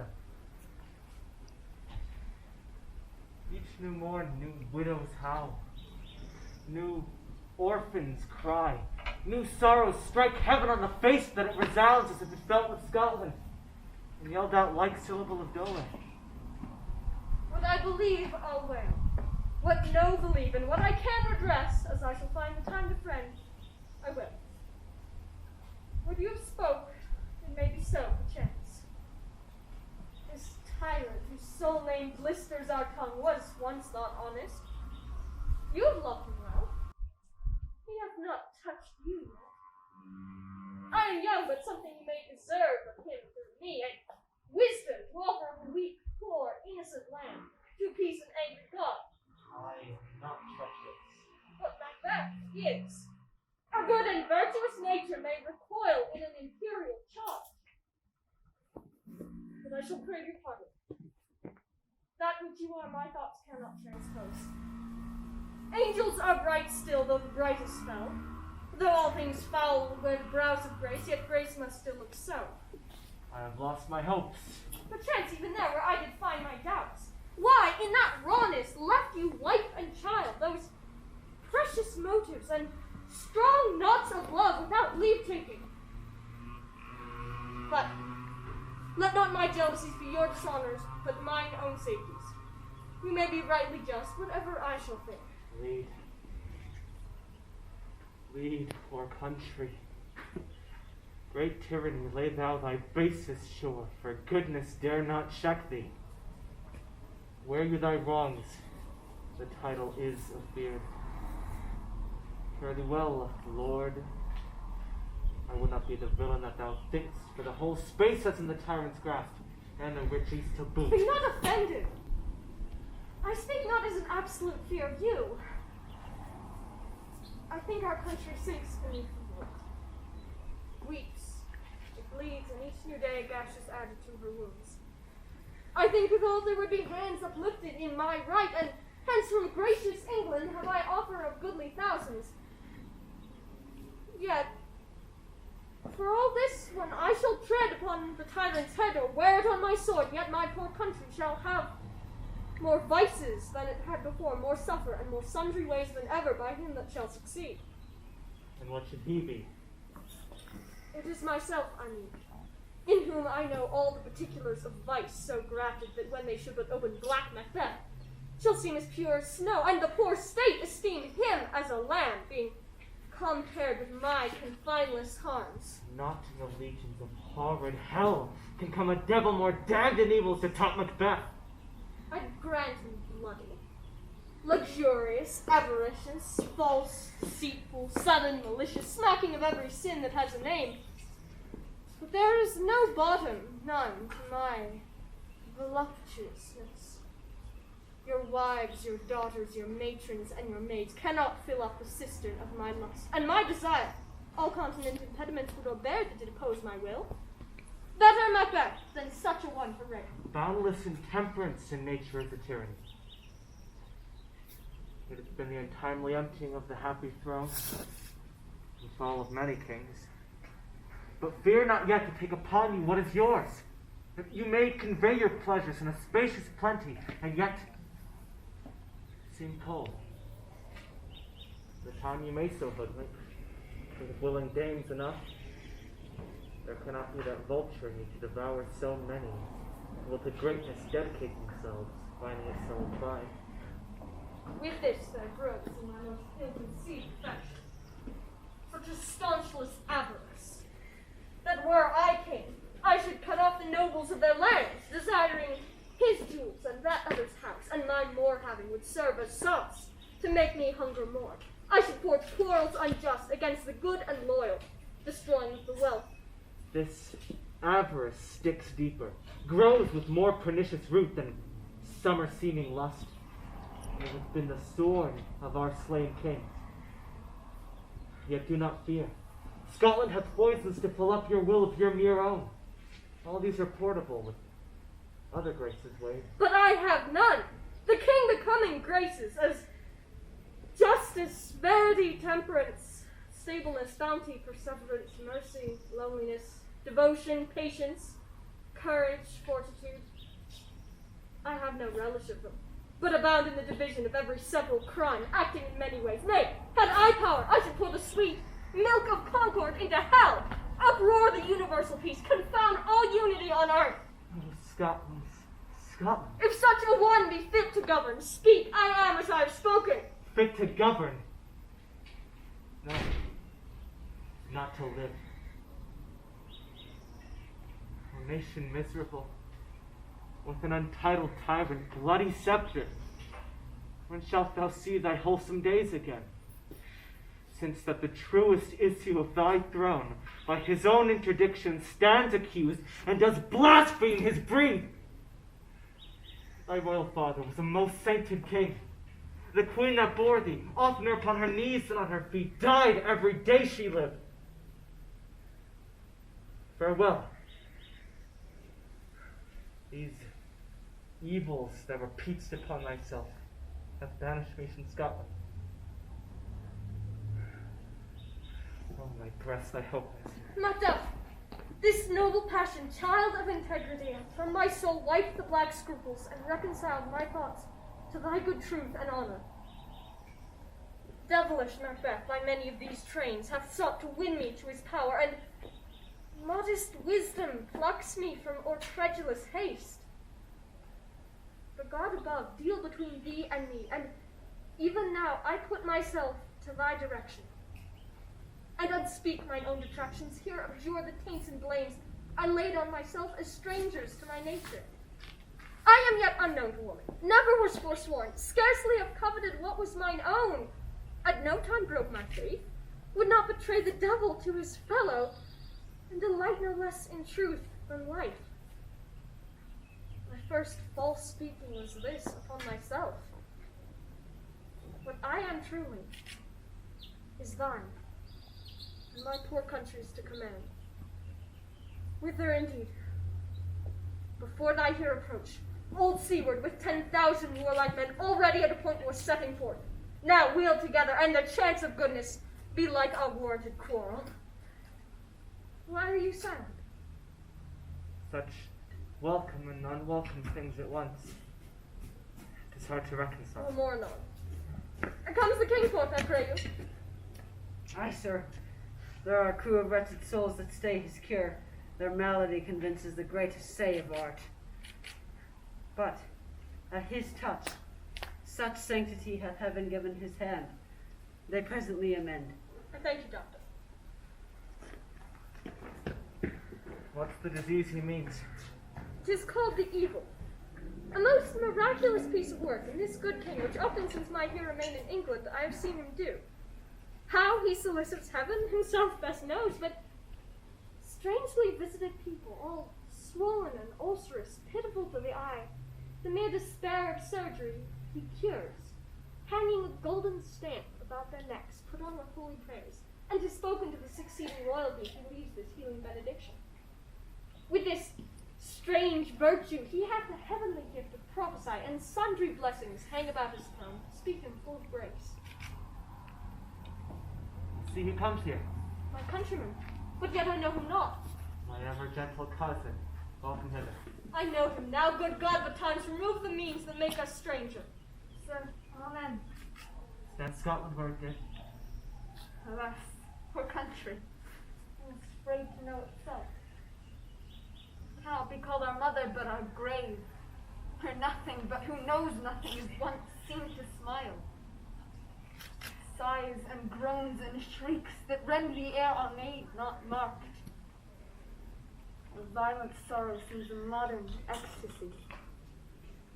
The dead men's knell is there scarce asked for food, and good men's lives expire before their flowers and their caps, dying or ere they sicken. A relation too nice and yet too true. What's the news, Grief? But of an hour's age doth hiss the speaker. Each minute teems a new one. How does my wife? Why, well. And all my children? Well, too. The tyrant has not battered at their peace. No, they were well at peace when I did leave. Be not a miser of your speech. How goes it? When I came hither to transport the tidings, which I was heavily borne, there ran a rumour of many worthy fellows that were out, which was to my belief witness the rather, for that I saw the tyrants cower afoot. Now is the time of help. Your eye in Scotland would create soldiers, make our women fight to doff their dire distresses. Be it their comfort, we are coming thither. Gracious England hath lent us old seaward with 10,000 men, an older and a better soldier none in Christendom gives up. Would I could answer this comfort with the like. I have words that would be howled out in the desert air where hearing should not latch them. What concern them? The general cause, or is it a fee grief due to some single breast? No mind that's honest, but in it shares some woes. Though the main part pertains to you alone. If it be mine, keep it not from me. Quickly, let me have it. Let not your ears despise my tongue forever, which shall possess them with the heaviest sound that ever yet they heard. I guess at it. The castle is surprised. Your wife and babes savagely slaughtered. And to relate the manner, we're on the quarry of these murdered deer to add to death of you. Merciful heaven. What now? Ne'er pull your hat upon your brow, give sorrow words. The grief that does not speak whispers to the o'erfraught heart and bids it break. My children too? Wife, children, servants, all that could be found. I must be from thence. My wife killed too. I've said, be comforted. Let's make us medicines of our great revenge to cure this deadly grief. He has no children. All my pretty ones. Did you say all? Oh, okay, all. What, all my pretty chickens and their dam in one fell swoop? Dispute it like a man. I shall do so. But I must also feel it as a man. I cannot but remember such things that were most precious to me. Did heavens look on and would not take their part? Oh, sinful Macbeth, they were all strict for thee. Not that I am, not for their own demerits, but for mine, fell slaughter on their souls. God rest them now. Read the whetstone of your sword. Let grief convert to anger. Blunt not the heart, enrage it.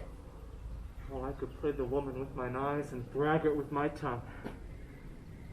But gentle heavens, cut short all intermission front to front. Bring thou this fiend of Scotland and myself within my sword's light set him.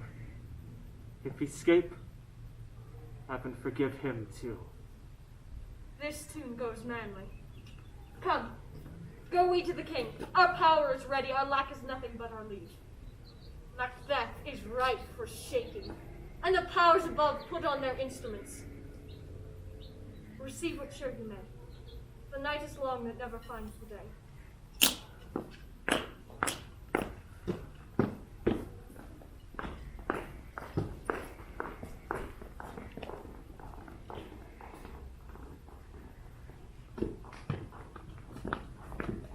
I have 2 nights watched with you, but can perceive no truth in your report. When was it she last walked? Since His Majesty went into the field, I have often seen her rise from her bed, her nightgown about her, unlock her closet, ruffle with paper, write upon it, read it, fold it, seal it, and again return to her bed, all the while in a most fast sleep. A great perturbation in nature, for one to receive at once both the benefit of sleep and do the effects of watching. In this slumbery agitation, besides her walking and other actual performances, what, at any time, have you heard her say? That's original, or not report after her. You make to me, 'tis most that you should. Never to you nor to anyone, having no witness to confirm my speech. Lo you, here she comes. This is her very guide, and upon my life fast asleep. Observe her, stand close. How came she by that light? Why, it stood by her. She has light by her continually. 'Tis her command. You see, her eyes are open. Aye, but their sense are shut. What is it she does now? Look how she rubs her hands. 'Tis an accustomed action of hers to seem thus washing her hands. I've known her to continue in it a quarter of an hour. Yet here's a spot! Hark, she speaks. I will set down what comes from her to satisfy my remembrance more strongly. Out, damned spot! Out, I say! 1, 2. Why then 'tis time to do it. Hell is murky. By my lord, fly, a soldier in a beard! What need we fear who knows it, when none can call our power to account? Yet who would have thought the old man has so much blood in him? Do you mark that? The Thane of Fife had a wife. Where is she now? What will these hands ne'er be clean? No more that, my lord, no more that! You mar all with this starting! Go to, go to. You have known what you should not. She has spoken what she should not, I am sure of that. Heaven knows what she has known. Here's the smell of the blood still. All the perfumes of Arabia will not sweeten this little hand.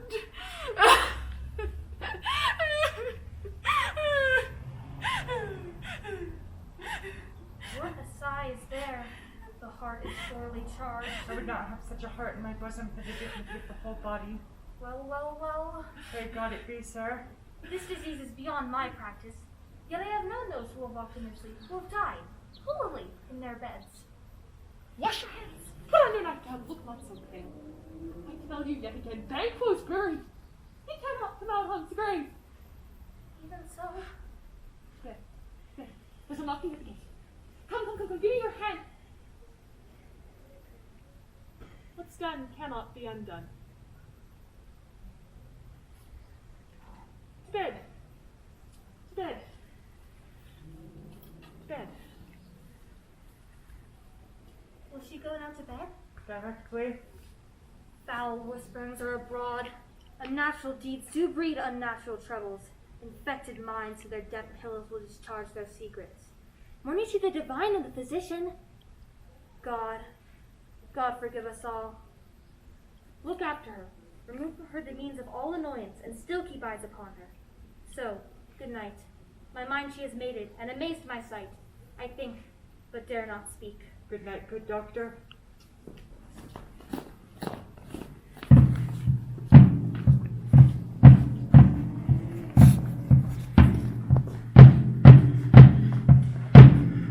The English power is near, led on by Malcolm, his uncle Seward, and the good Macbeth. Revenge is burned in them. Their dear causes would, to the bleeding and the grim alarm, excite the mortified man. Near Burnham Wood shall we meet them. That way they are coming. Who knows Donald Bane be with his brother? Oh, for certain, sir. He is not. I have a list of all the gentry. There is Seward, and many unrefused that even now protest their first of manhood. What does the tyrant? Great Dunsinane he strongly fortifies. Some say is mad, others that do lesser hate him call it valiant fury. But for certain he cannot buckle his distempered cause within the belt of rule. Now does he feel his secret murder sticking on his hands. Now does he feel his title hang loose upon him, like a giant's robe upon a dwarfish thief. Who then shall blame his pestered senses to recoil and start when all that is within him does condemn itself for being there? Well, march we on, to give obedience where 'tis truly owed. Meet we the medicine of the sickly weal, and with him pour we in our country's purge, each drop of us. Or so much as it needs to do the sovereign flower and drown the weeds. Make we our march towards Burnham.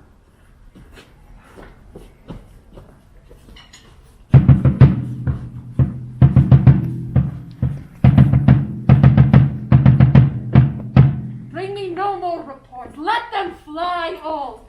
Till Burnham Wood remove to Dunsinane, I cannot taint with fear. What's the boy Malcolm? Was he not born of woman?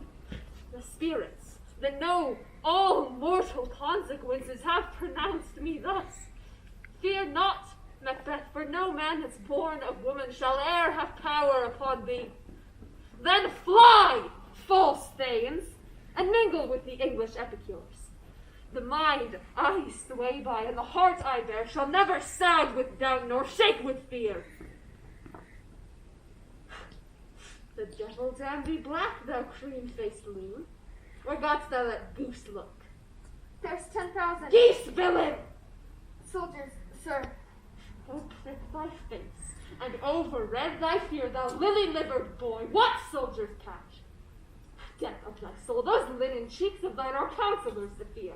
What soldiers, boy-face? The English force, so please you. Take thy face hence. See in! I am sick at heart when I behold her. See in, I say! This push will cheer me ever or deceit me now. My way of life is fallen into the sere, the yellow leaf, and that which should accompany old age as honor, love, obedience, troops of friends, I must not look to have. But in their stead, curses, not loud but deep, mouth on a breath which the poor heart would fain deny and dare not. See, what news more? All is confirmed, my lord, that was reported. I'll fight till from my bones my flesh be hacked. Give me mine armor. It is not needed yet. I'll put it on. Send out more princes, skir the country round, hang those that talk of fear. Give me mine armor.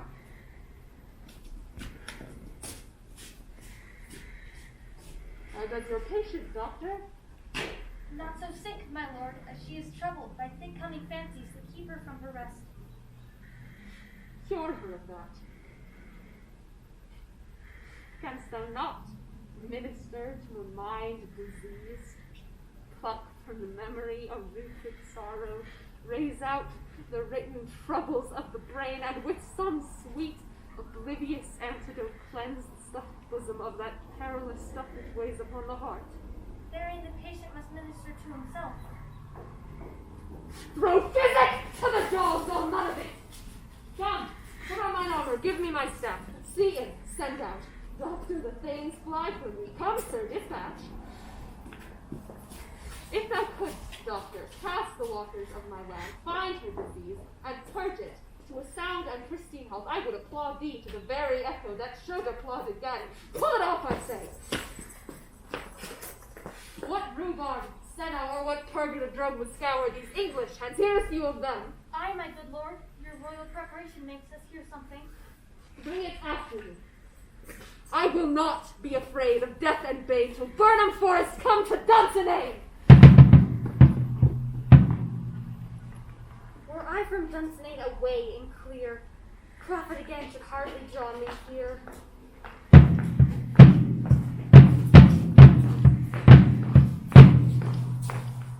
Cousins, I hope the days are near at hand that Chambers shall be safe. We doubt nothing. What good is this for us? Lord of Burnham. Let every soldier hew him down a bough and bear it before him. Thereby shall we shadow the numbers of our hosts, and make discovery ere in report of us. How's it done? We'll learn no if the confident tyrant keeps still in Dunsinane, and will endure our setting down before it. 'Tis his main hope. For where there's advantage to be taken, both more and less have given him the revolt, and none serve him but constrained things, whose hearts are absent to it. But our just censures attend the true event, and put we on industrious soldiership. The time approaches that will with due decision make us know what we shall say we have and what we owe. Thoughts speculative, their unsure hopes relate, but certain issue strokes must arbitrate, towards which advance the war. Aye!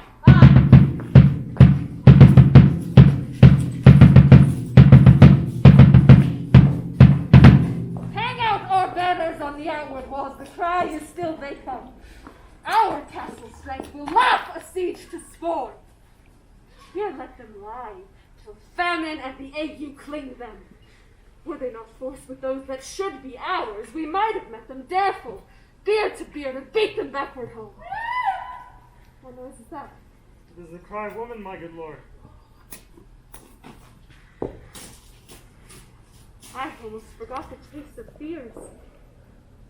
The time has been, my senses would have cooled to hear a night shriek, and my fell of hair would at a dismal treatise rouse and stir as lifeline.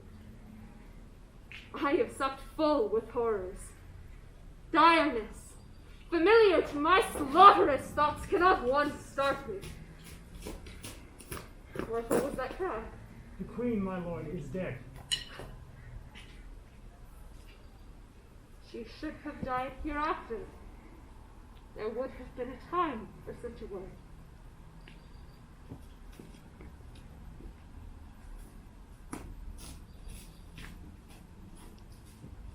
Tomorrow and tomorrow and tomorrow creeps in this petty pace from day to the last syllable of recorded time.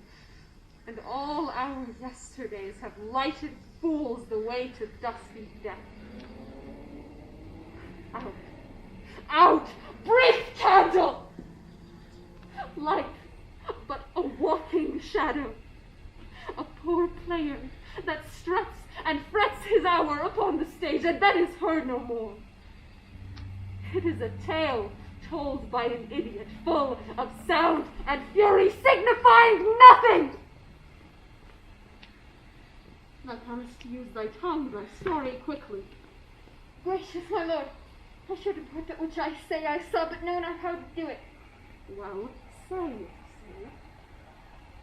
When I had done my work upon the hill, I looked toward Burnham, and on me thought the wood began to move. Liar and slave! If it be so, let me endure your wrath. Within this 3 mile may you see it coming. I say a moving grove. Thou speakest false. Upon the next tree shalt thou hang alive till famine cling thee. If thy speech be sealed, I care not thou dost for me as much. I pull in resolution, and begin to doubt the equivocation of the fiend that lies like truth. Fear not, Macbeth, till Burnham Forest come to Dunsinane, and now a wood comes toward Dunsinane. Arm and out. If this which he avouches does appear, there is no flying hence nor tarrying here. I begin to be weary of the sun, and wish the estate of the world were now undone. Ring the alarm bells! Blow winds! Come rack! At least we'll die with harness on our back!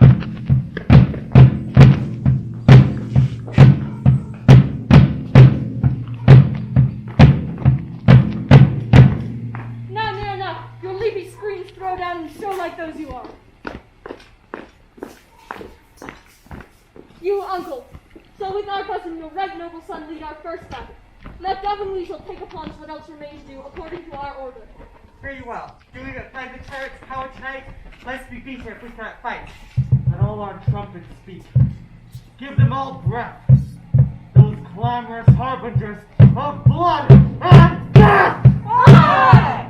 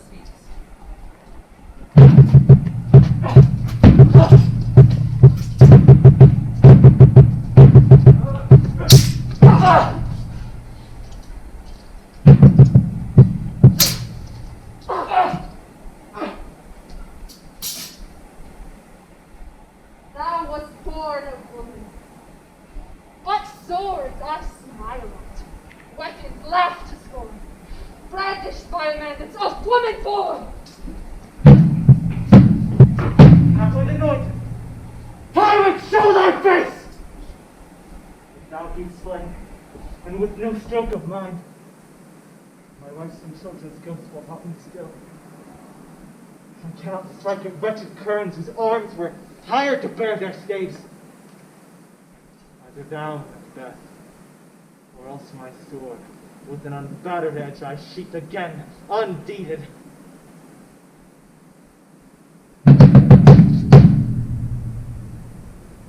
As I should speak.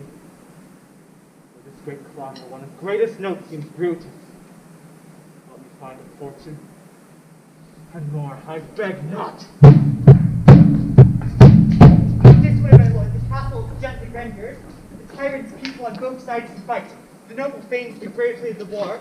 The day almost professes itself yours, and little is to do. We have met with foes that strike beside us. Enter, sir, the castle.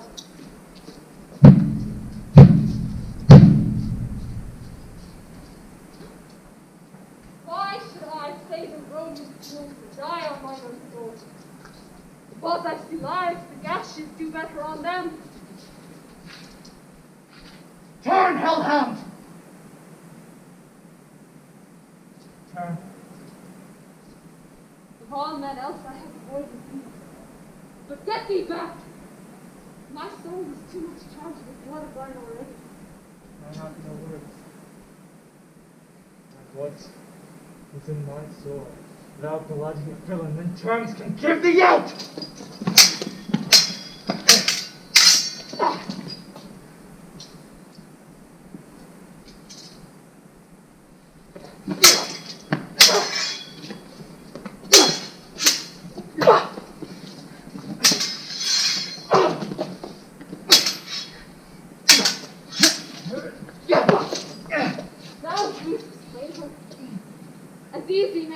The entrenchant air with thy keen sword and tresses make me to leap. Let fall thy blade on vulnerable task.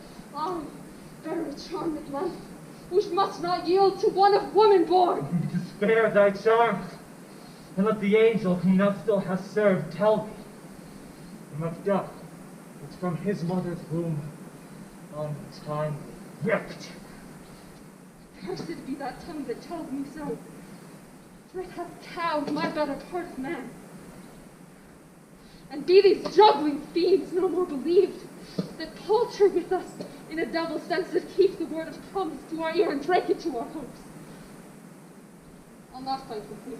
Then yield thee, coward! I like to be the show and gaze of the time. So have thee as our rarer monsters are, painted upon a pole, and under it, here will be seen the tyrant. I will not yield to kiss the ground before young Malcolm's feet and to be baited with the brown of curse. Though Burnham would be come to Dunsinane, and thou oppose being of no woman born, yet I will try to last. Before my God, I throw my warlike shields. Lay on, Macbeth, and damned be him the first cries, hold, enough!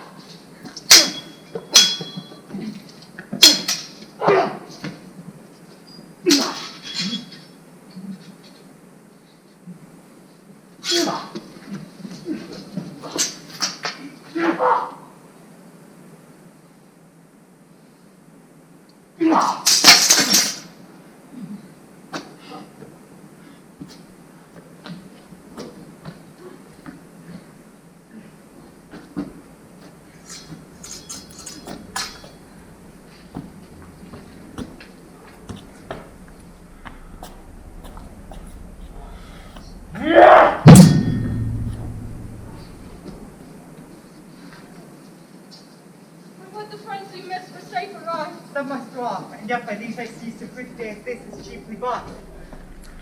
Macbeth is missing, and your noble son. Our son, my lord, is paid a soldier's death. We only wish that Gilly was a man. No sooner had his prowess confirmed in the entreating station where he fought.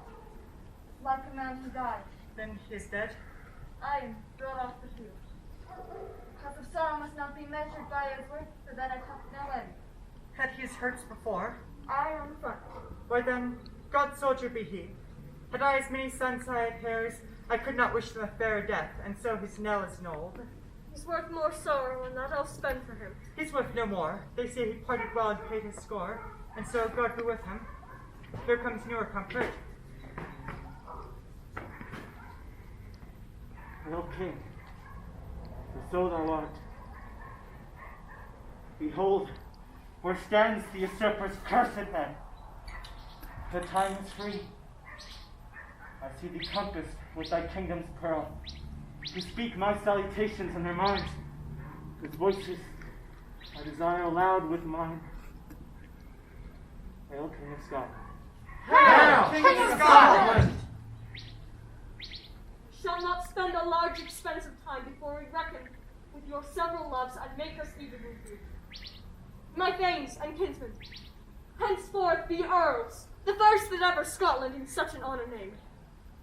What's more to do, which would be planted newly with the time, as calling home our exiled friends abroad that fled the snares of watchful tyranny, producing forth the cruel ministries of this dead butcher, this fiend-like queen, who, as 'tis thought, by self and violent hands took off her life.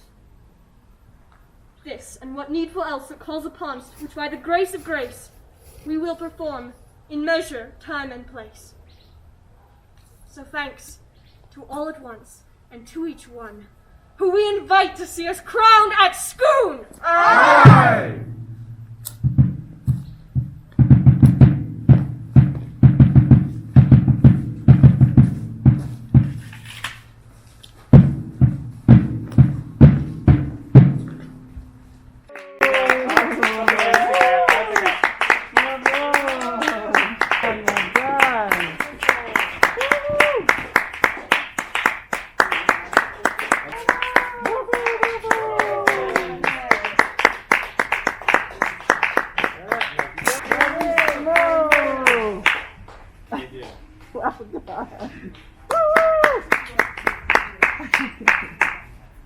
Oh, that was excellent.